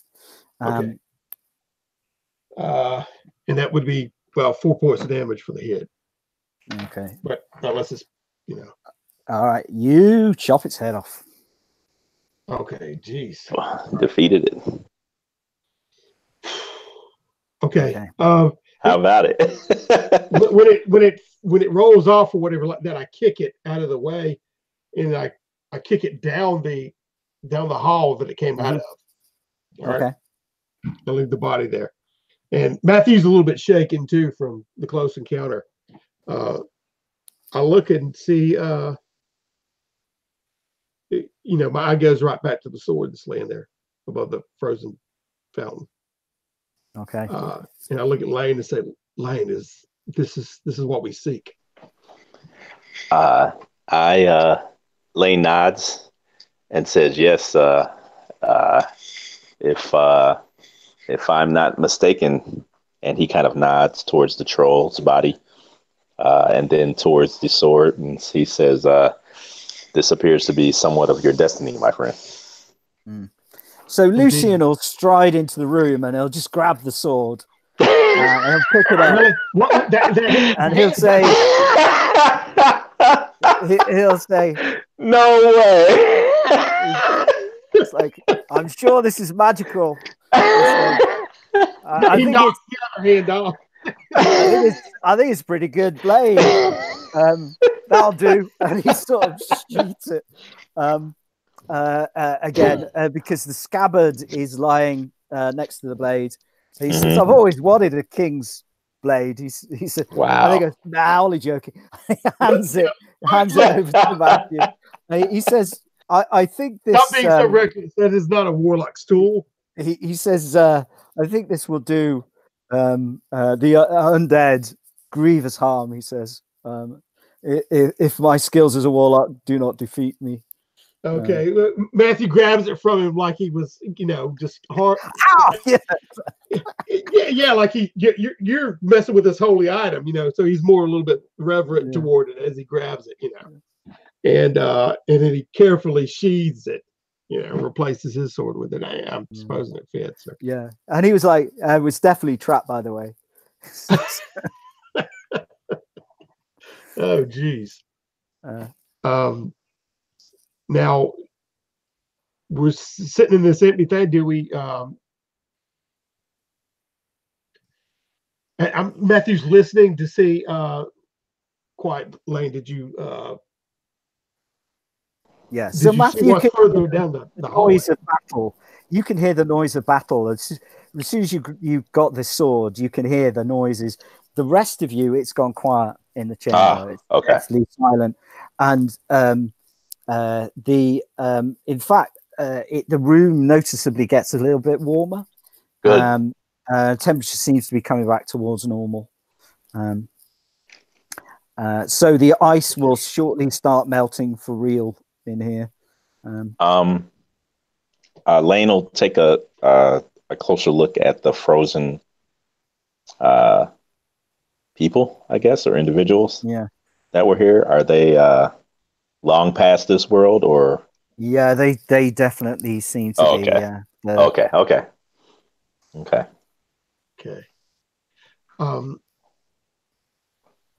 Now, Lane, is there any danger further in the depths of this place? Did you see anything? I'm not sure. You kicked the head of the creature down the corridor, and then we heard nothing more of it. So I would assume that, and according to the Newtling that I spoke to earlier, he assured me that there were no other threats here. Looks like we did a good deed for your friends the Newtling by taking this creature out, as well as the deed we're going to perform with a sword. Well, being that, Mark, do these frozen cadavers here, do they appear to be heroic in nature, or just they appear travelers to be or townsfolk? Warriors of some kind. Oh wow! Okay, maybe several centuries old. kind of encased in ice, which is now melting. Any shield insignias or anything that Matthew might find of note? The kind of the sort of leather and wooden bits of their shields have long since gone, and in fact the metal bits are pretty rusted as well, so it's not really that easy to tell.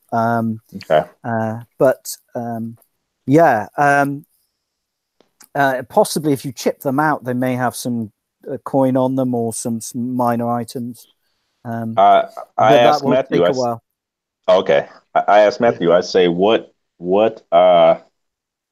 runes are those on the altar that you were able to read? I believe it was on the sword. Is that right, Mark? Oh, and the sword. I'm sorry. Okay. Yeah, the runes up and down the sword.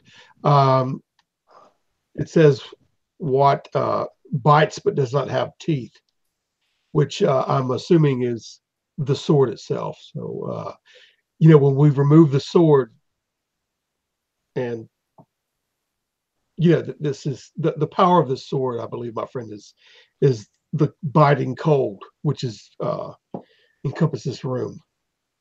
And so he takes the blade and looks at it and see if it has any kind of cold radiating off of it. Yeah, it does appear to have a sort of aura of cold, and in fact you find if you hold it for very long your hand gets cold, so you have to wrap something. You got some, because you're wearing armor, you've got a gauntlet on, it gives you a degree of protection, but even then you have to wrap something around the thing. It also, the runes appear to glow in the dark, so it gives off a faint light. So I'm going to say that don't find anything else in the tower, and you're able to successfully make it back to the ship without any further incident. When you get back there, the mist has descended, and the sailors are pretty spooked.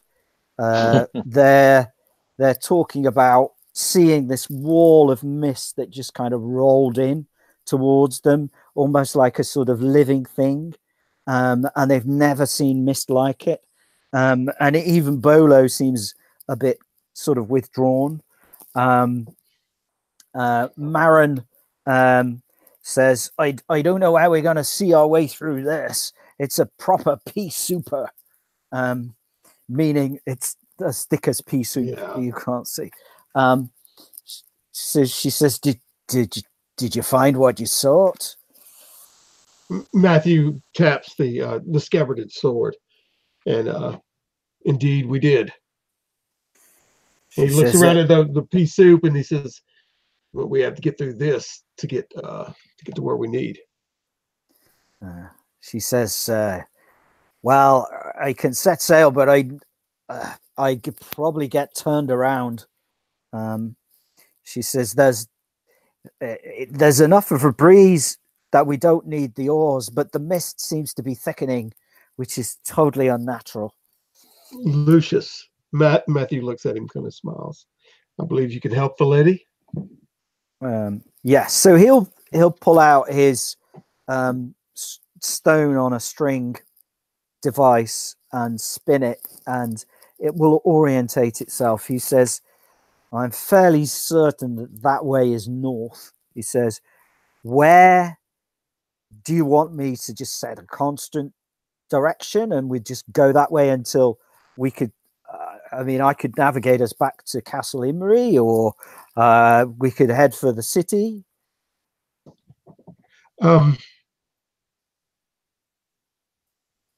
We need to find this the source of this undead plague, and the source is magical in nature. Can your stone not lead us there? He says, the stone might not be able to lead us there, but I might. I can I can detect and sense magic if I'm close enough to it. Maybe we should just head out into the bay, and if we get close to the source of this unnatural fog, then maybe I can guide us to the dead center. With the divine's help, Forgive the maybe pun. you can.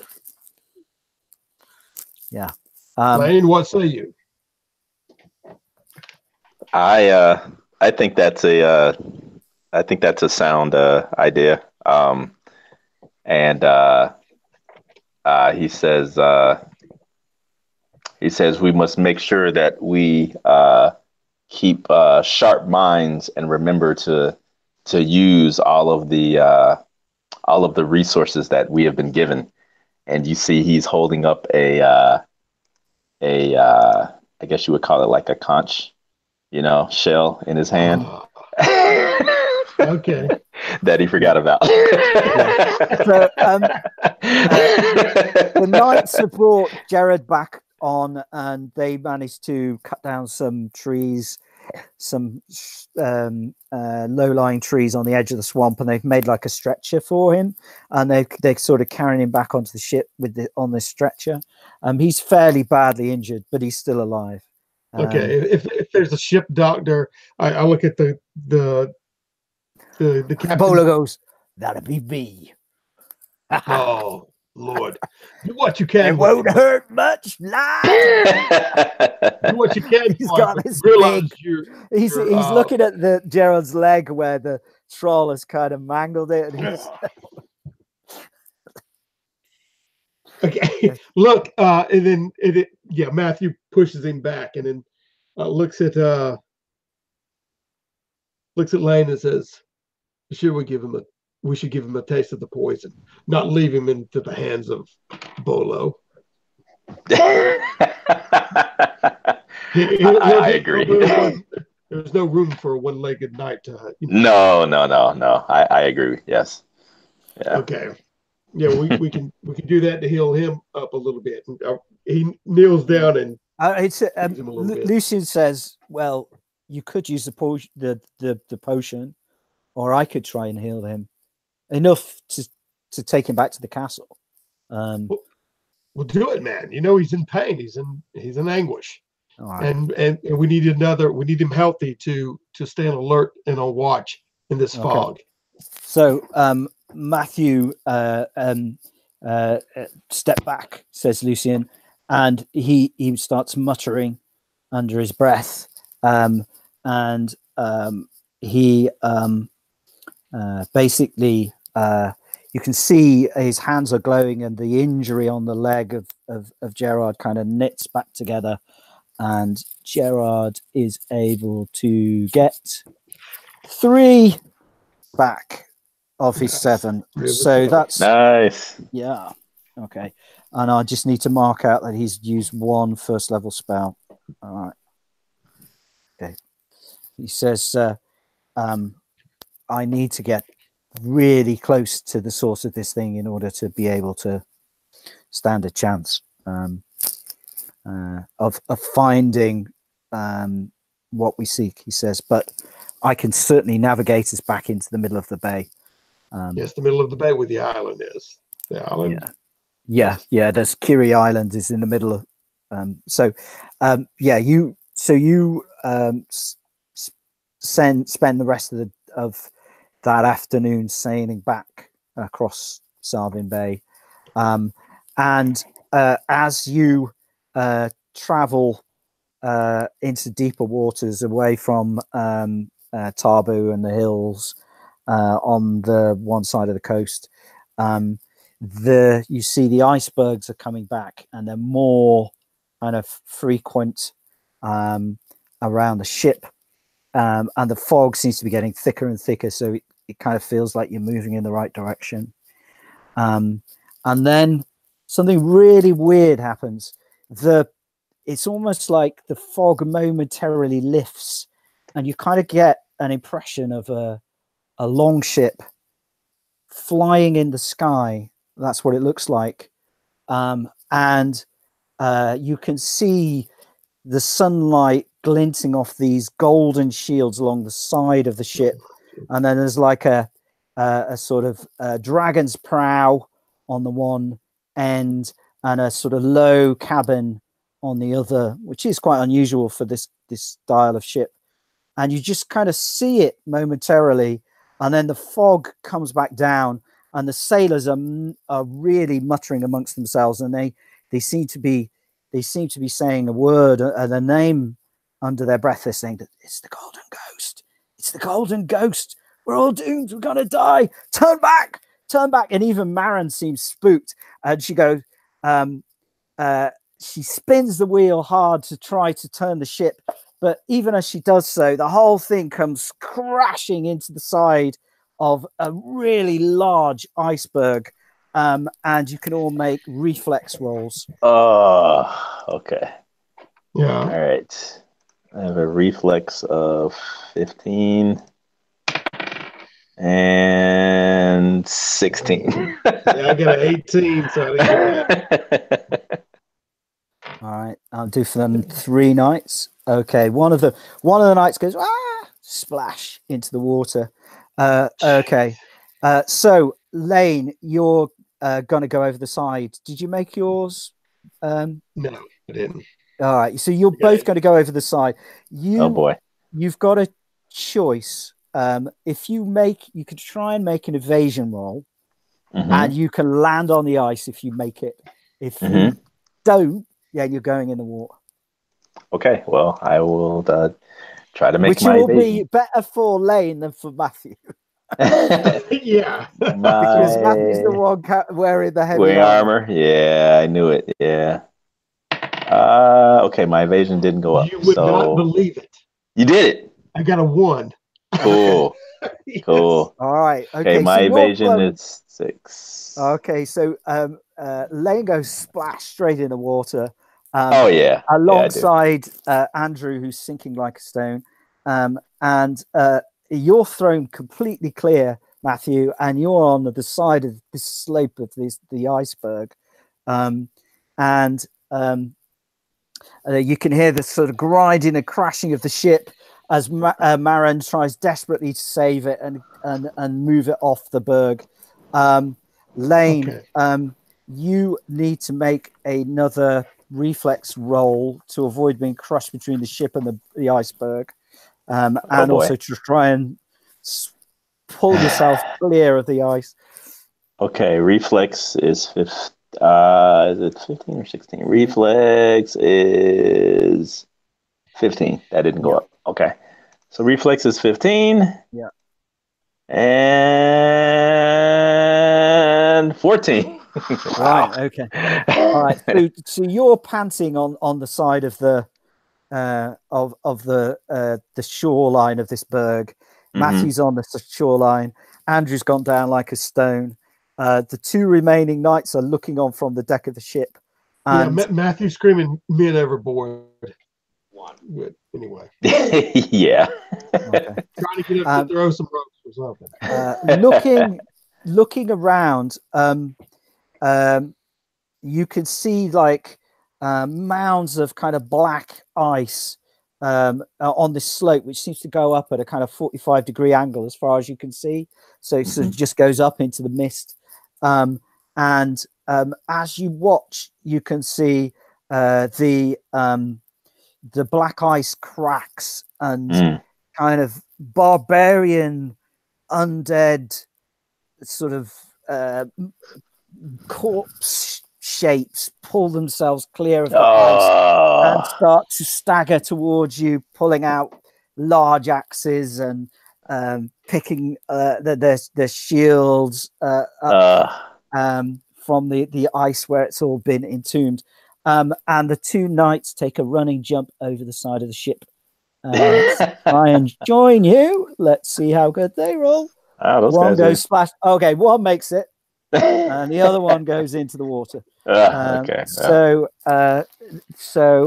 Gerard is wounded. So this is to be Bernard then. So there's the 3 of you. Lucian just kind of he just throws a rope and says to Lane, catch. Okay. And then he'll shimmy down the rope towards you. Mm-hmm. And then the pair of you can try and pull at least one of the knights back out the water with the rope. Okay. So you need to make an attack roll to see if you can get it to them before. I think Andrew has gone to the bottom, but I think Everard might be savable. Okay. So make an attack roll, please. Somebody to chuck the rope to Everard before he goes down. Okay. So I'll do it. So my attack is 15. Yeah. And I got a 2. Wow. All right. So you grab him, and he immediately starts to haul on this rope, and he's pulling you off the edge of the berg. Okay. So you're going to have to grab him, Matthew, and make a strength roll, the pair of you, to try to avoid being pulled into the water. Yeah, meanwhile, the ship is disappearing and becoming just a sort of black shape in the fog. Okay. All right. What's our ship, right? Yeah. Okay. I mean, as far as the bolo and the captain and the other sailors, yeah, they're supposedly still on the ship, right? Yeah, they're on the ship. You can hear them screaming. You're not entirely sure whether it's been holed below the waterline, but it's drifting away from the berg. Well, Matthew's too panicked trying to save Lane and the rest of them from going over. So, should I roll attack roll to see if I can? Well, no, Lane's got him. He's on the other end of the rope. You just need to stop Lane going back into the water. So you've got to make a strength roll, and Lane's got to dig in with it and make a strength roll as well. Okay. Oh, okay. All right. Okay. Okay. The old mine, that's 17. Strength is 11. Down strength to Lane. Roll is 10, and I got 15. No. All right. Mm-hmm. All right. So you've got a choice. You can let go, or you can go back in. As far as Matthew? Well, Matthew's still trying to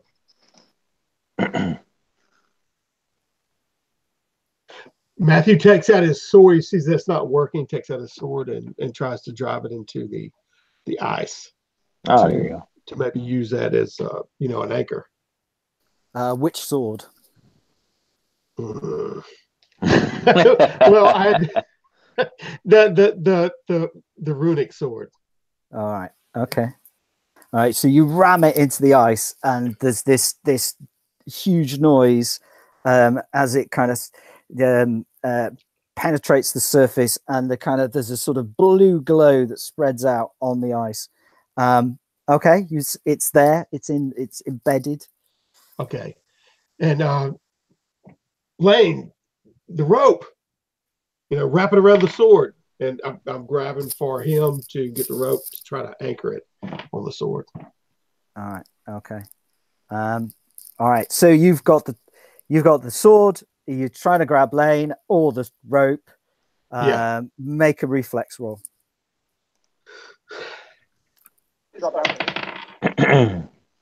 Okay, that's a. You're trying to. 12 and reflex is 11.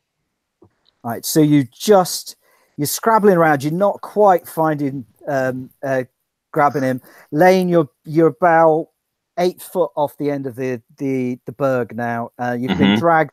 You're slowly being dragged back into the water. He's got the sword embedded. It looks like a solid anchor point. What are you doing? Am I still able to get a better grip on the rope, or is that a lost cause at this point? No, you've got the rope. It's just the weight of the armored knight pulling you into the water. Oh, that's pulling me in. I don't want to shrug the knight off. Can I attempt to try to pull us in again? Or throw me the rope back. You've got the sword anchored. I mean, the ropes, is the rope loose? Maybe I'm misunderstanding. Is the rope not anchored to anything anymore? Is it just loose? It's anchored to you. The rope is just you've just got the rope in your hand. Oh, I just got it. Okay, well, I'll have to try to toss it to Matthew. All right. Okay. Yeah. Okay. So that's a reflex roll then. Reflex again. Okay. Well, that I have a better chance of doing. So I have a reflex of 15. Yeah. So here we go. 3. Wow. Yes. Okay. Yeah. All right. That I can do. Okay. So Matthew's got it. All he's got to do now is just get it round the sword. The pommel, the sword. Yeah. And hope the Okay. thing isn't so Wrap it brittle that around. it. Okay. I understand now. Okay. All right. So basically, you're able to arrest the dragging, and you're able to get Everard back out of the water. So Gerard has lost you because he's on the ship wounded, and I think that Andrew's gone down into the murky depths. But you've got Bernard and Everard, so you've got two of your knights left with you. Oh boy. And Lucian. At this point, the undead, corpse-like barbarian figures have fully broken free of the ice, and they're going to attack you. So, the shelf of ice we're at, right? Yeah. Okay. Yeah, they were like in black ice sort of mounds on the same iceberg that you were. It seems to be massive. It seems to be at least 100 foot wide. It just disappears off into the mist either side of you, and the slope seems to go up into the mist as well. Anyway, so they're attacking, but Lane goes first because he has the highest dex. Okay. So at the moment, there's 3 of these things, although there's more of these black domed ice sort of shapes further up the slope. But at the moment, there's 3 of these undead creatures around. Okay. You. Well, they are the immediate threat. So I will try to steady my footing. And at the closest one, I will jab at it with my spear. Okay. That's okay. All right. Okay. So I have an attack of 15. All right. And it will get it. It's splitting its defense between you and one of the other knights. So wow. it'll have a defense of 2. Okay. So you need a 13 or better. And 12. Okay, that'll hit it. So now you need to. It's not wearing much in the way of armor. It's just got bits of chainmail and rust, really. But you do need to do an armor bypass roll. Okay. So 2d4, and I get a 4. Yeah. Okay, that's perfectly good. So you do 4. Okay. So all right. So you cut off one of the thing's arms. Which kind of flops onto the ice, I think it's now Matthew's go. Okay. Matthew needs to regain his sword or wrestle it back from the ice. Yeah, and then position himself, and he's going to be charging for Capella and urging the other knights to battle and going in and swinging at the nearest one to him. All right. Okay. I guess 17. Okay. And what's your attack roll? Attack's 14. Okay. Even with the sword, which seems to be trying to guide your arm to hit this thing, you just strike slightly. My footing a little bit. Yeah. Okay. And then the 2 knights. So Everard lets out a fearsome battle cry, and he I think actually hits, and now he needs to make his bypass roll, and he does. So he damages one of the other zombie creatures, his companion is still out of breath and kind of lying on the ice. So it's just trying to get his breath back this round, so he's not going to do anything. Okay, so now it's these barbarian corpse creatures go.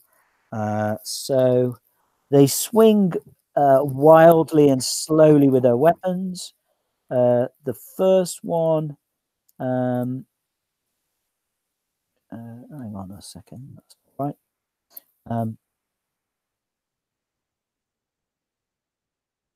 The first one misses. Second one on Lane rolls a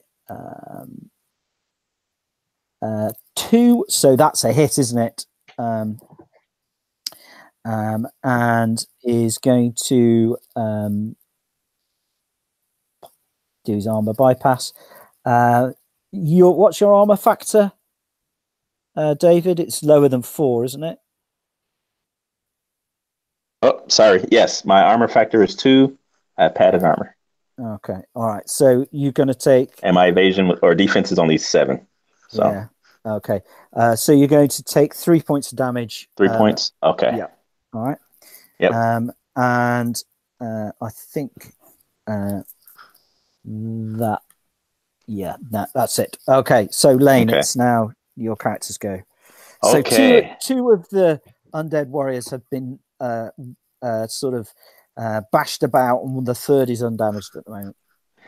Okay, well, that was a hearty blow to Lane. He attempts to catch his breath, and he wheels around, and with his teeth clenched, attempts to spear the undead warrior that attacked him. Okay. So let's see here. He gets 17. That's a miss. Okay. Yep. All right. And at this point, you can, because there's enough.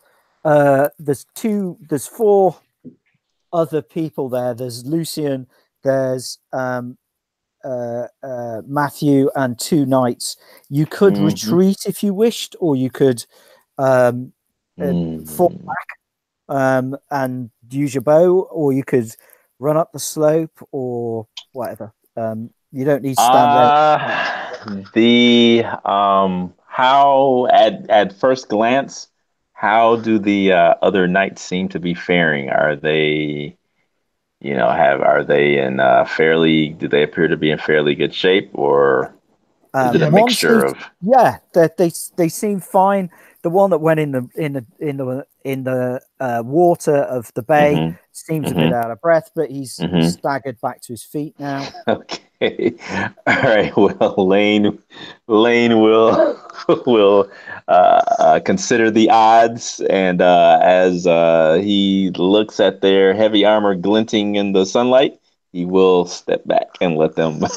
Right, and they'll kind of close up around you. Yeah. All right. Okay.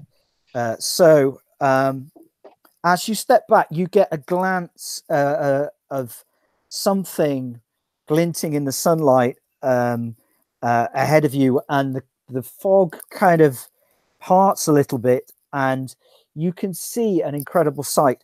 At the top of this slope is the longship. It's actually, it seems to be embedded at the top of the iceberg. And whereas before it kind of seemed to float across the mist, it's clear now that it's actually just stuck on the top of the berg. And it's possible to get to it by traveling up the slope, although the slope is fairly steep. Okay. All right. So Matthew, what are you doing? Okay, Matthew's fully engaged with dispatching these undead. Okay. He grimaces his teeth and takes another roll with it. He can feel the power of the sword. Okay. Guiding him. And I got a 20. All right. Okay, so you're still trying to find the weight of this new blade, and you've kind of missed, and the attack has gone wild, and in fact, the sword has managed to embed itself into the side of the slope momentarily. Okay. So then the remaining two knights try and hack at the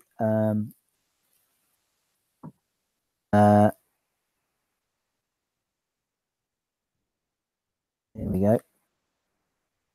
So yeah, one hit, and so all three of the warriors have taken some damage now, but the knights are kind of being forced back, and so they're retreating up the slope slightly and kind of jostling the pair of you backwards up the slope behind them. Okay, now the creatures continue to advance, and what are they going to do? Right. So what are they going to do? 2 do? hits. Oh. So now can they bypass? So 3. That's a 2. Okay. So this time their kind of rusted weapons just impact on the knight's plate and just kind of bounce off with clanging blows, but they're not taking any damage. And Gerard says, "We can hold them. Don't worry. Go for the ship." Okay. Matthew looks at him and then looks up at the ship. First time he notices it, and his eyes get wide. He can, take out the source of this abomination, which is what he was told. So he nods and then looks around for Lane or whatever, and starts booking it toward the the long ship. The long ship. Okay. All right. Okay. So you guys are struggling up this slope. It's very slippery and icy. You will need to either find some way of propelling yourself up there, like daggers or axes, or you'll stand a chance of actually slipping back down. Okay. So we'll start with Lane. I'll use whichever seems to make more sense. Since I had my spear out, I'll try to see if I can use that as a handhold and jab the head of the spear into the ice, and then use that as a pull my yes. Okay. All right. And let's see. Make an attack roll, but you can have +2 to the target you need to hit. Okay. It's just the side of the slope. It's just finding a solid bit to dig into. Okay, there's a 1. All right. Okay. So that's amazing. So you're able to almost use it as a bit of a pole vault to kind of progress up the slope towards the side of the ship. So you're able to get a full 25 feet up above the battle below you. And you could definitely see this thing is very badly damaged, very old, totally embedded in the side of this berg at the top. Wow. Okay, Matthew. Okay, just a quick question though, because Matthew's father was a Thulander too, and ready goodbye. Do I recognize any of this gray ghost? I mean, the golden ghost. The golden ghost. Yeah. Okay.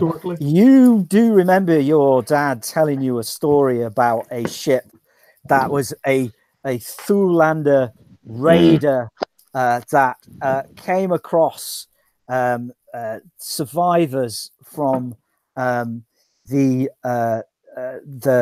colony of Atlantis, and these were people who've been shipwrecked in the gnawing wastes after the island of Atlantis disappeared beneath the waves, and this particular Thulander took it on himself to raid their colony and to take their treasures and take them as slaves.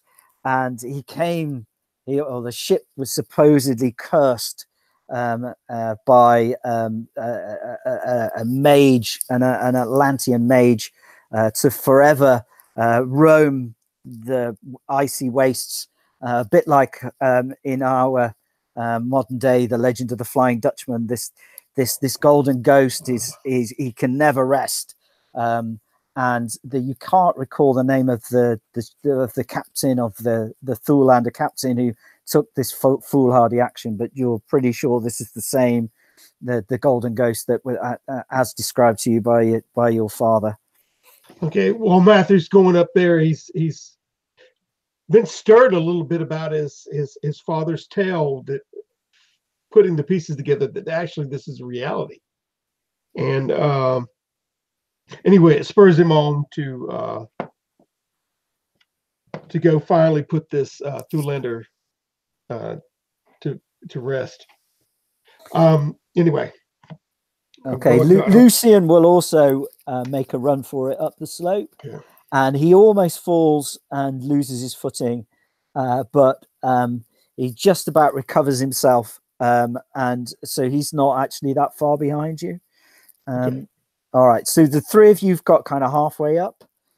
So the zombies and the knights at the bottom will continue to fight, and one of the zombies goes down under a hail of blows from the knights, but one of the knights takes a bad wound from the zombie.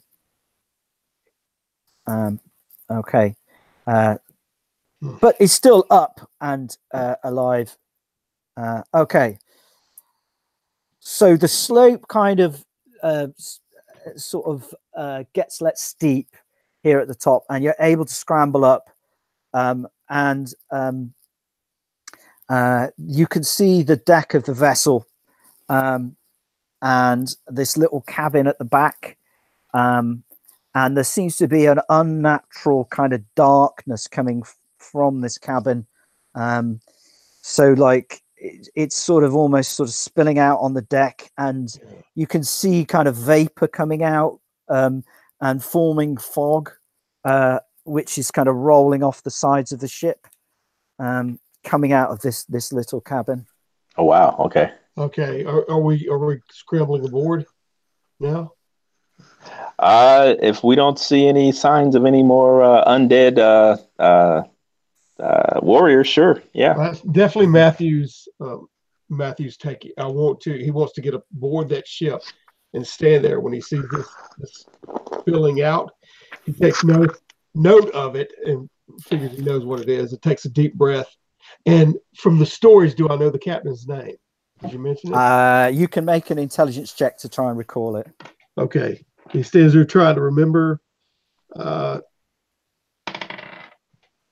Actually, I got a 4. My intelligence. That's brilliant. Nice. All right. Okay. The guy, the name that your father used was Bruneval.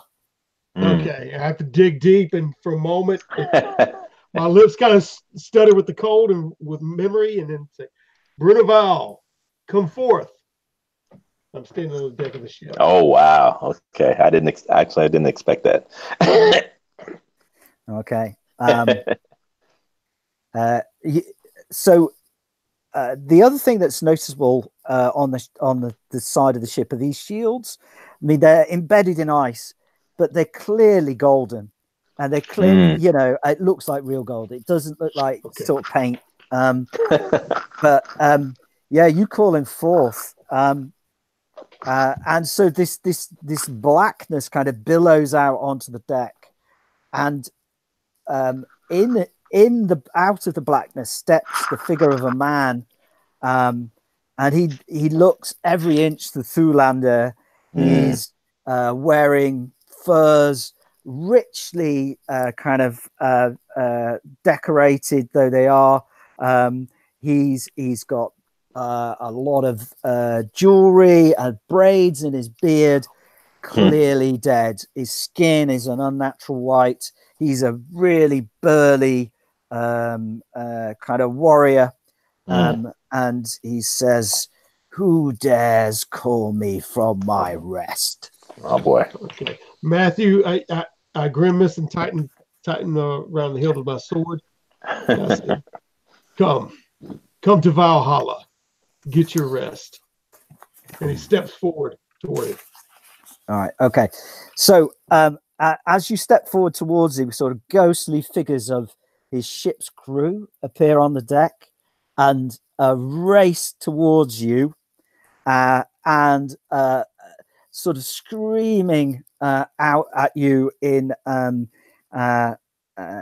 sort of horror and fear, which is a forms a psychic attack on you.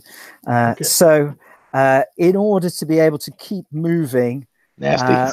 you have got to roll under your psychic talent.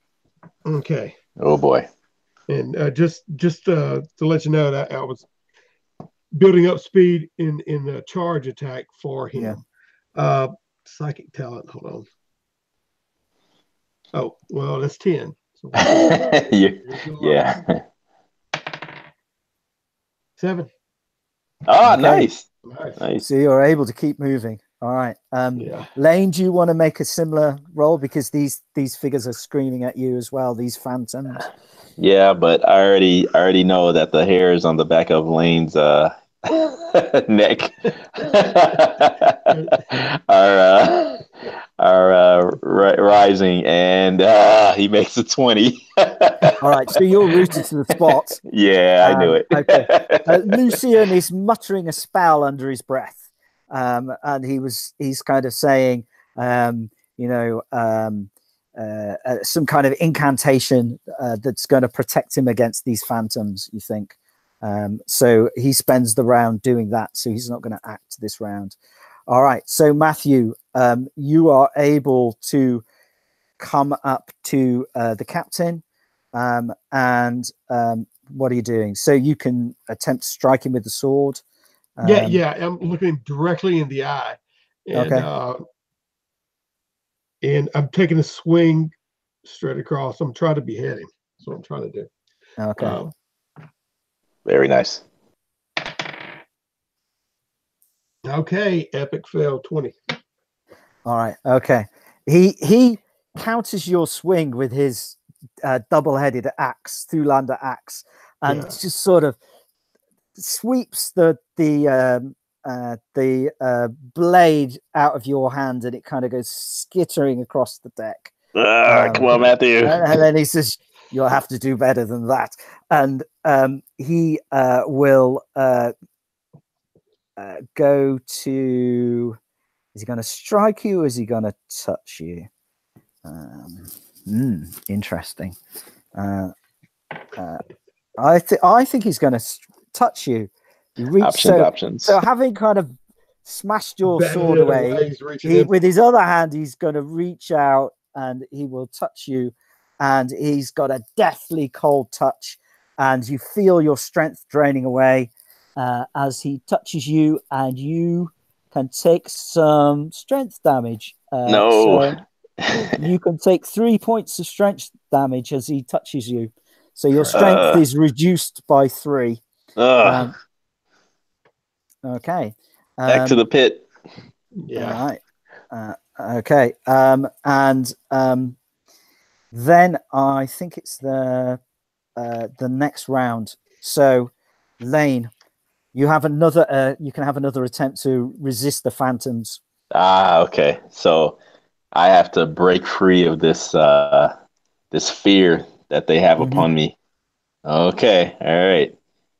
Okay. Let's see. So Lane sees his friend Matthew in duress by this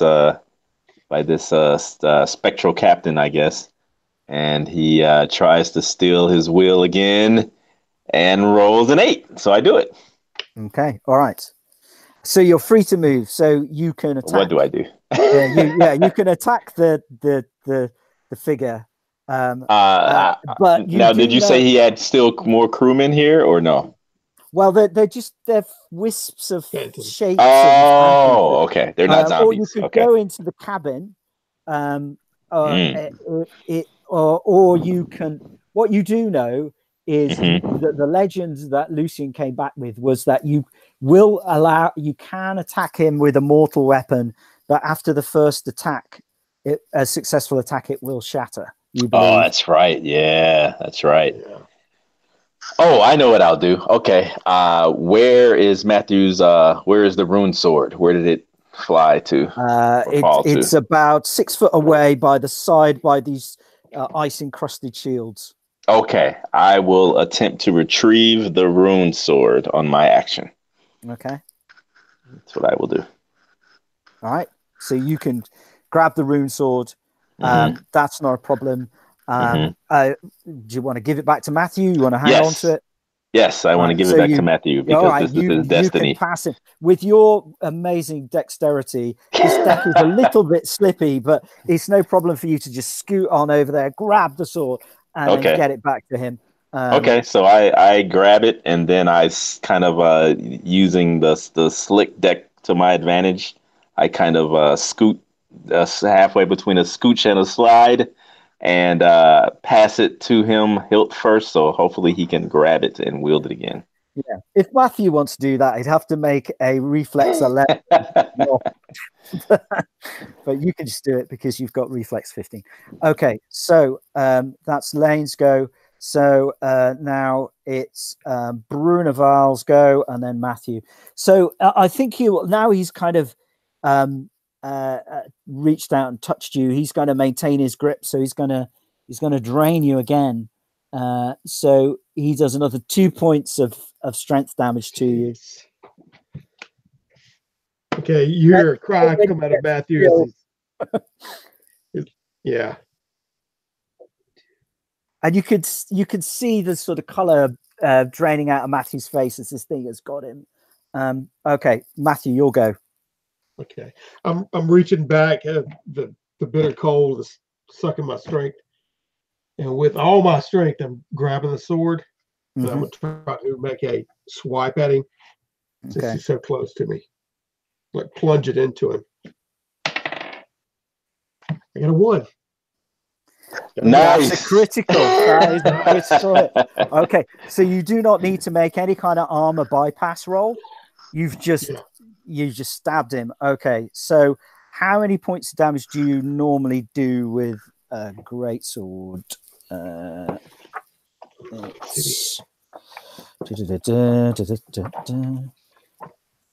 can't believe that a 20 and then a 1. Jeez. Well, if there's ever a time to roll a 20, it's now. Okay. Is it 8 points or is it 6? I should have it written down somewhere. I probably do, but it's a great sword. Yeah. Here we are. So it's 4 points of damage, isn't it? So it's a D8. Yeah. Oh no, that's a sword. Not a, two-handed sword. Sword is 5 points of damage and a D10. All right, so you don't need to bother with a D10. So you do 5 points of damage and then roll a D8. Okay. 6. Wow. Okay.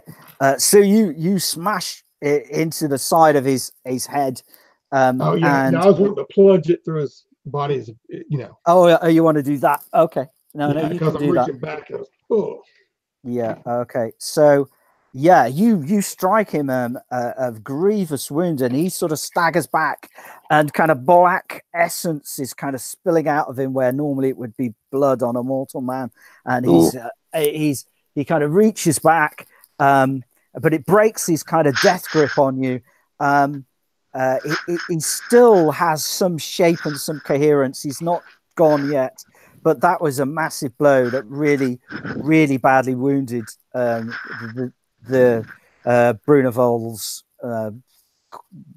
what's left of his body. Okay, so Lucian will, having cast his fearlessness spell on himself, so he's no longer scared of phantoms, he will attempt to strike the shape with his more normal sword. And he rolls a 7. So 7, and the thing has got a defense of so it's got a split its defense with a 3.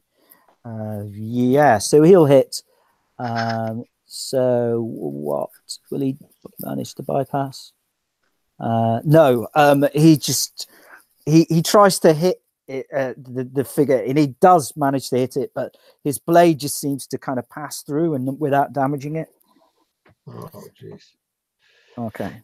Okay. All right. So that's Lucian's go, and I think it's now Lane's go. Okay.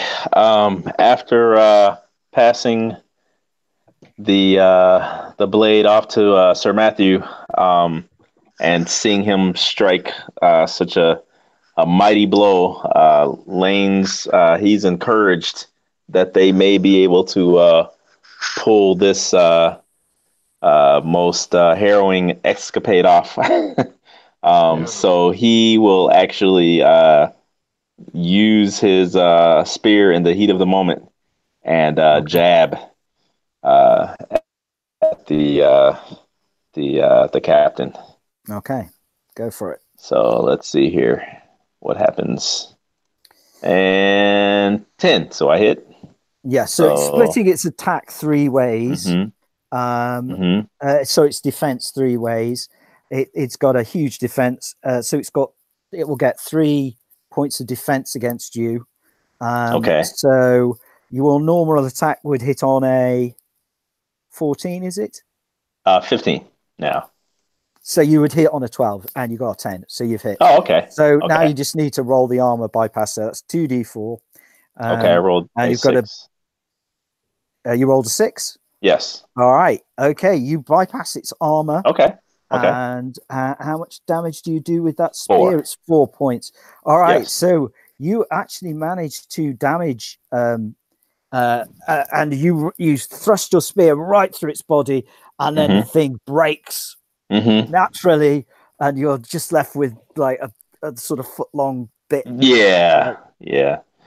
And he kind of looks at his at the shattered. I kind of imagine the like frost kind of like whipping down the haft of the spear and just kind of shattering, and Lane kind of falls back in surprise, kind of looking at the broken haft in his hands, like, what?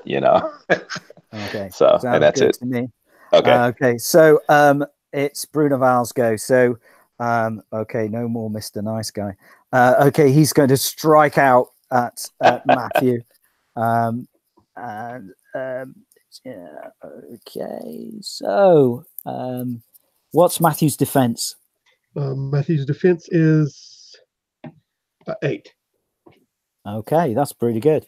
Well, actually, okay. Well, now I'm using that other sword. I don't have the shield with me, is what I'm saying. Oh, okay. All right. If it's a 2-handed sword. All right. He, well, you parry his blow with his great axe goes to hit you, and you parry it with your great sword. And there's a massive sort of clash of magical weapons, and there's sort of sparks of lightning, and bits, icicles kind of grow on the deck beneath your feet. Nice. Okay. It's now Matthew's go. Okay. Matthew parries that, and then he turns around and he tries to swipe him and behead him once again. All right. He's getting a defense of 4 against you.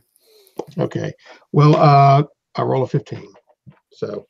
All right. So yes, you're basically fighting, and you just clash, but nobody's striking a killing blow at this point. So Lucian calls forth his phantasmal fighter at this point. So a kind of a glowing sort of holy knight, which is clearly modeled on Matthew. It's actually quite a compliment. He's done this magic and he's made it look like Matthew, and it kind of appears at it and goes in to attack Bruneval.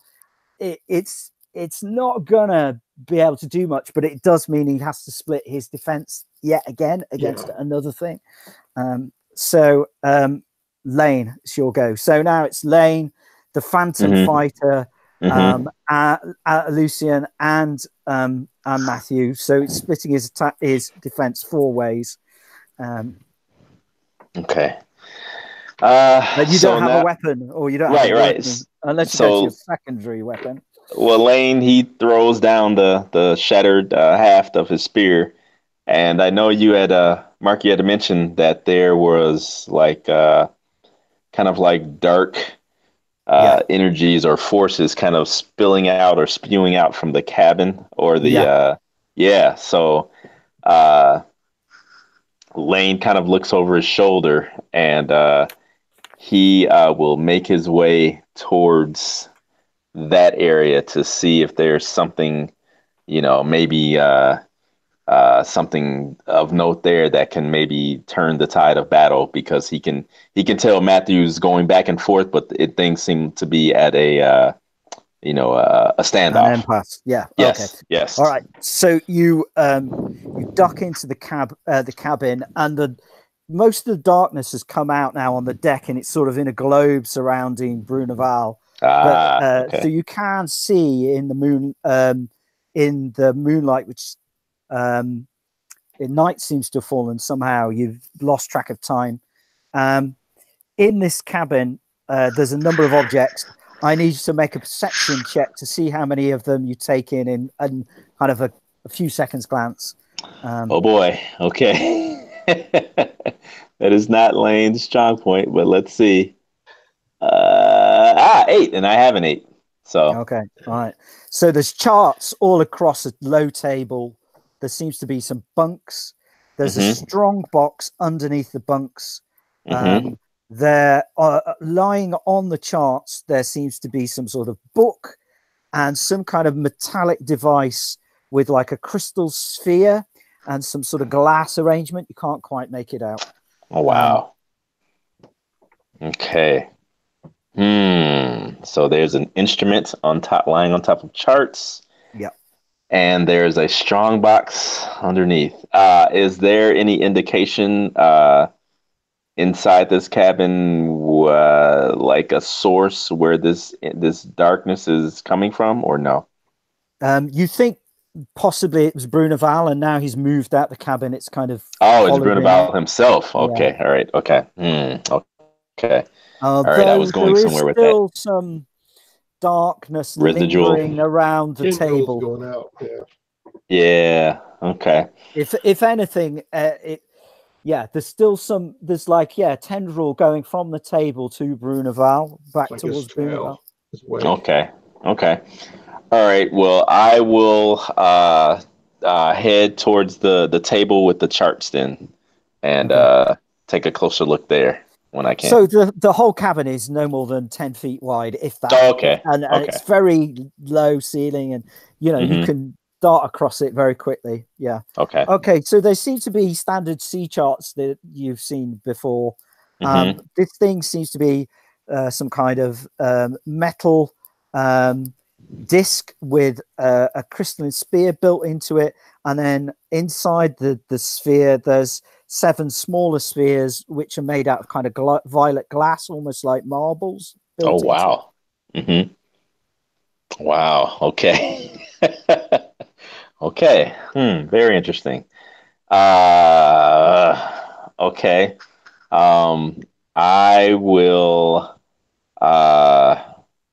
well, you know what? There's this. This is Thule. So in Thule, when you're not sure what exactly something is, what do? You smash it.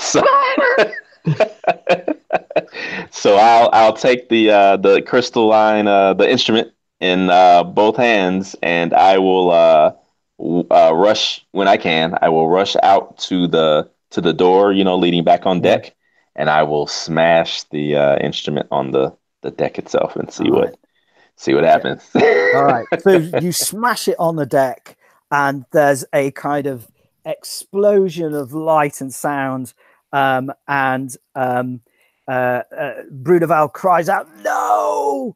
And ice starts to form on the deck and rapidly grows thicker and thicker and thicker, and starts to build up almost like an avalanche of ice and snow that starts to pour over the sides of the deck where this thing has kind of landed.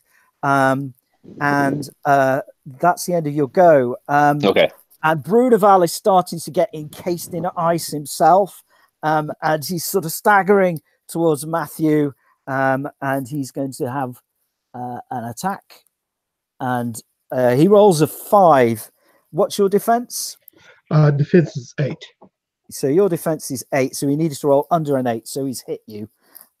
So he smashes you with his great axe. What's your armor factor? Armor factor is 5. Ching, sort of just great kinds of, it's ruining the armor. It's the armor's kind of getting frost. It's gonna, it's taking huge amounts of frost damage, and you're going to lose 1 point of armor factor. So your armor's going to go down to 4, but it actually bounces off. It doesn't do a mortal wound. Matthew, you'll go. And the ice is kind of creeping up his legs now, and he's struggling to move.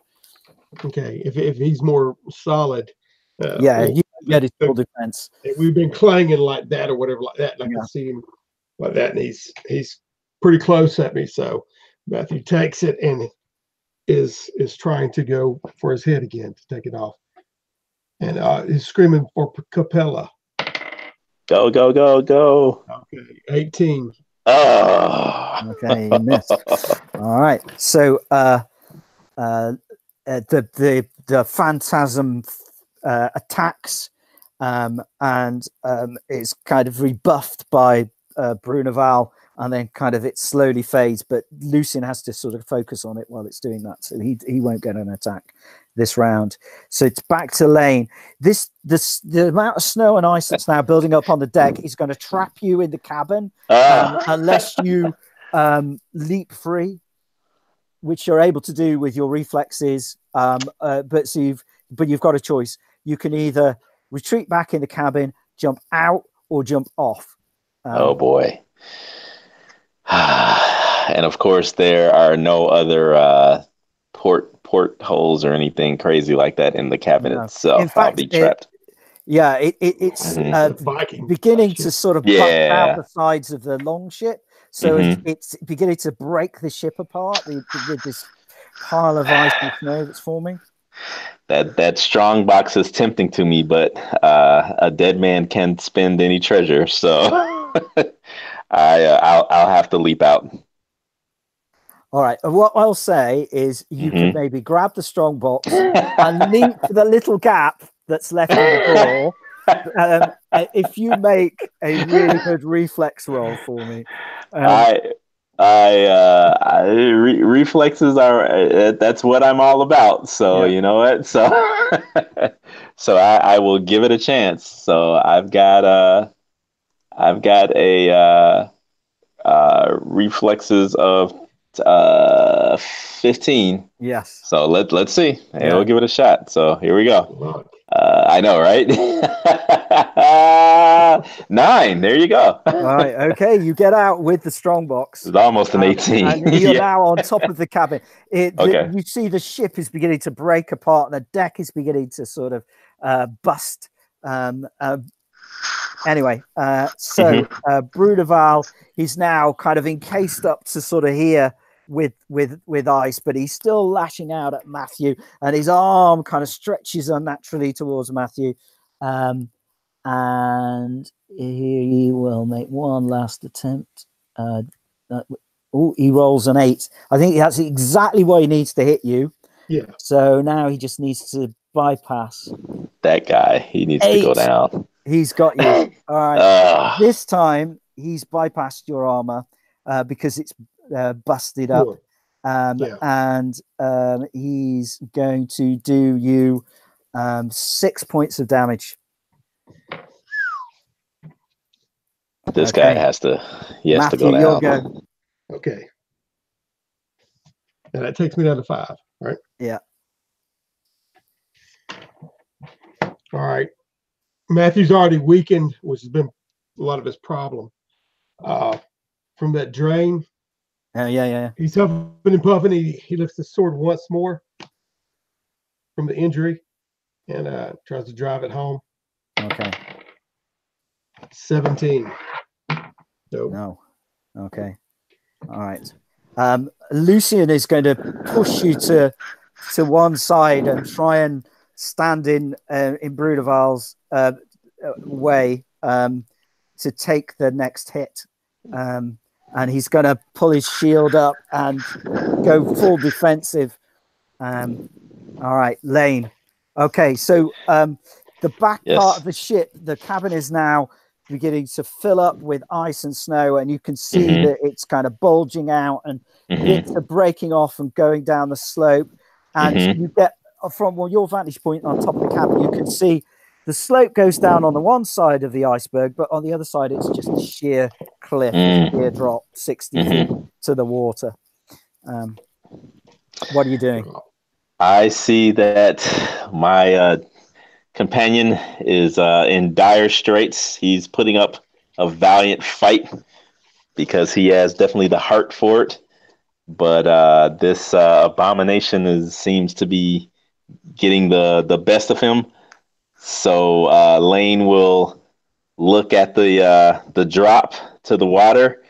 Then he'll look at the lockbox in his hands, and he'll look at the drop one more time, and he will hurl the lockbox at the specter there. Okay. All right. So it's an improvised weapon. Yes. Yeah. Okay. Go for it. Okay. So what am I rolling? So make your normal attack roll. I'm not even sure he's aware of you. He's lost track of you, so you won't get any defense. Okay. All right, let's see if this can buy us, or buy Matthew a chance to strike back here. Yeah. 17. Rolling like me now. It was almost an 8. It was almost an 8, but it wouldn't stay. You throw it at Bruneval, and it smashes off the ice that is kind of beginning to encase him, and a ton of money comes flying out onto the deck. There's some ivory. There's what looks like a little leather bound volume of some. You're rubbing it in, and and there's also like a bag. The ice is starting to You're rubbing it in, man. All this stuff goes all over the deck. Sorry, I tried. That's what Conan would do. Yeah. Okay. I tried, but it does distract him, for sure, because he's not expected to be hit in the back by his own strongbox. Okay, so it's now his go, and he's going to try and look around, and I think his head will go through a whole 180 degrees. Yeah, what maniac just did that, right? Yeah, what the hell? Yeah, and Matthew, it's now your go. Okay, Matthew sees his head turning around, and hopefully pea soup ain't flying out, but could be with fog. Anyway, he again. Funnily enough, he's opening his mouth as if something's going to come out for sure, but it hasn't happened yet. Okay, he's starting to crank open his mouth. His head is turning around, and Matthew gets wide-eyed. A little bit more urgency this time in his swing. Sees an opportunity there, and levels the sword at his neck, and he rolls yet again a 16. Okay. That just hits.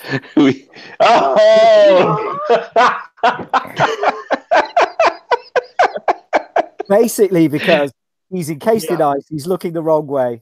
And so there you go. To hit him. Negatives, and he's rooted in but you still have to get past his arm. You have to do. Yeah. Okay, I roll 8 to get past his armor. Yeah. Yeah.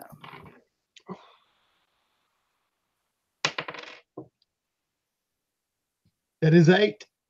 Okay. All right. Okay. Tell me how you kill him. Okay. Send him back to hell. There you go.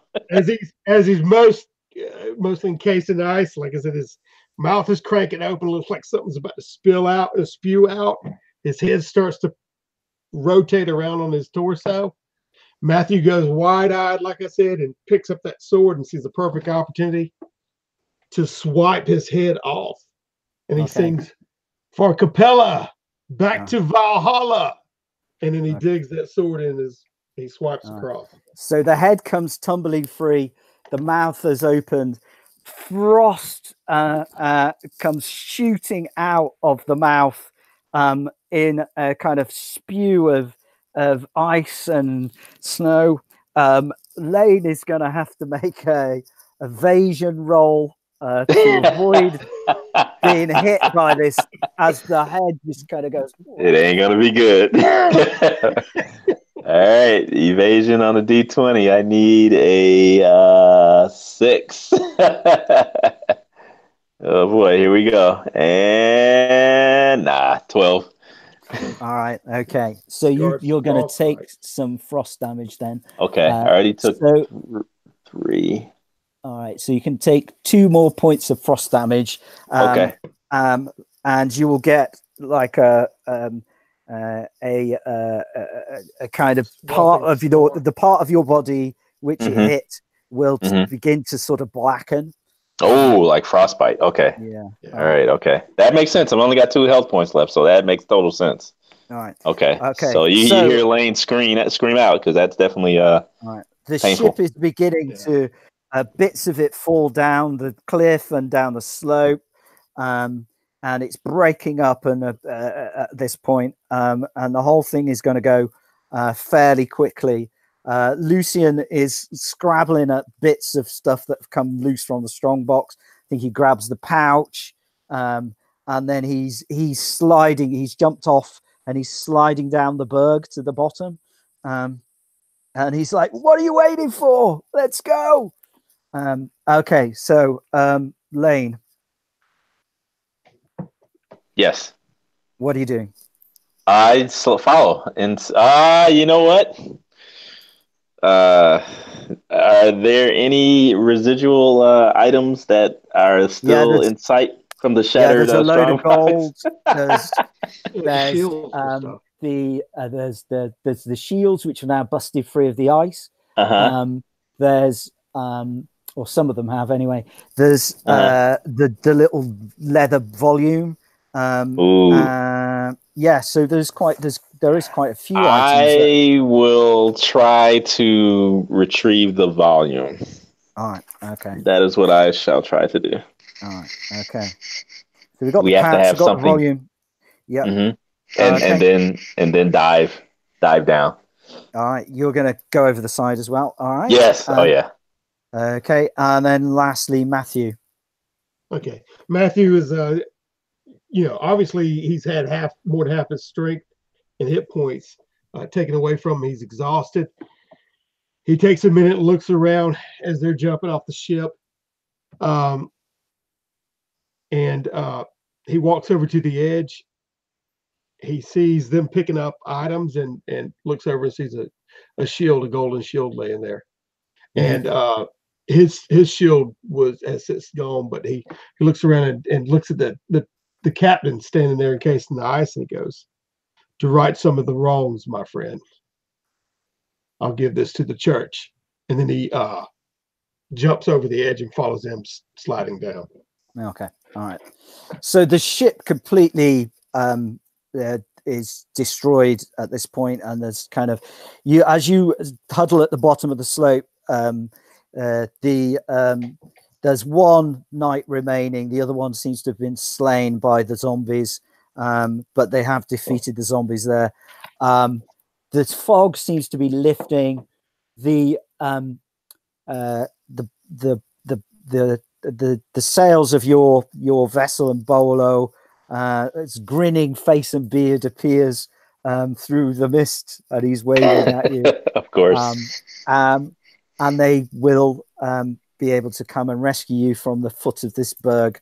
And the weather becomes very still and calm, and it's just like a moonless, sort of moonlit scene on a calm sea. And all that's left really is this iceberg in the middle of the bay. Okay. Excellent. Okay. Well, just to add this, when I get to the bottom, Matthew gives the ship. Which knight was left? Was it Bernard or? Yeah, I think it's Bernard who's left. Yeah. Bernard's standing there, and I walk to him and thank him, and give him the shield and say it's for the families of the departed. Okay. Yes. He says this is too much, Sir Matthew. He says, but I'll gladly accept it on behalf of the Capellas. Okay, I think we'll leave it there. Thank you very much, guys. I was on the edge of my seat myself there. Yeah, great game, Mark. Great One game. way or the other. I'm not entirely sure which way at this point. Yeah. Well, that's what we like doing. We like drawing you into the excitement as well, you know. And well, that's great. That's great. Yeah, I appreciate the game, Mark, and I appreciate you for joining us, David. Oh yeah. No. Thanks for having me, guys. I appreciate it. And Mark, thanks for another really great adventure. Really, it really captures the spirit of Thule, you know, and it's been a pleasure. It's been a pleasure, you know, playing in this world. You know, it's fun, really good. Oh yeah. I second that. Very flavorful setting. Yep. So, okay. But anyway, y'all, we'll sign off, and thanks for watching. Those who are. All right. Bye-bye. Okay. Good night. Bye. Good night.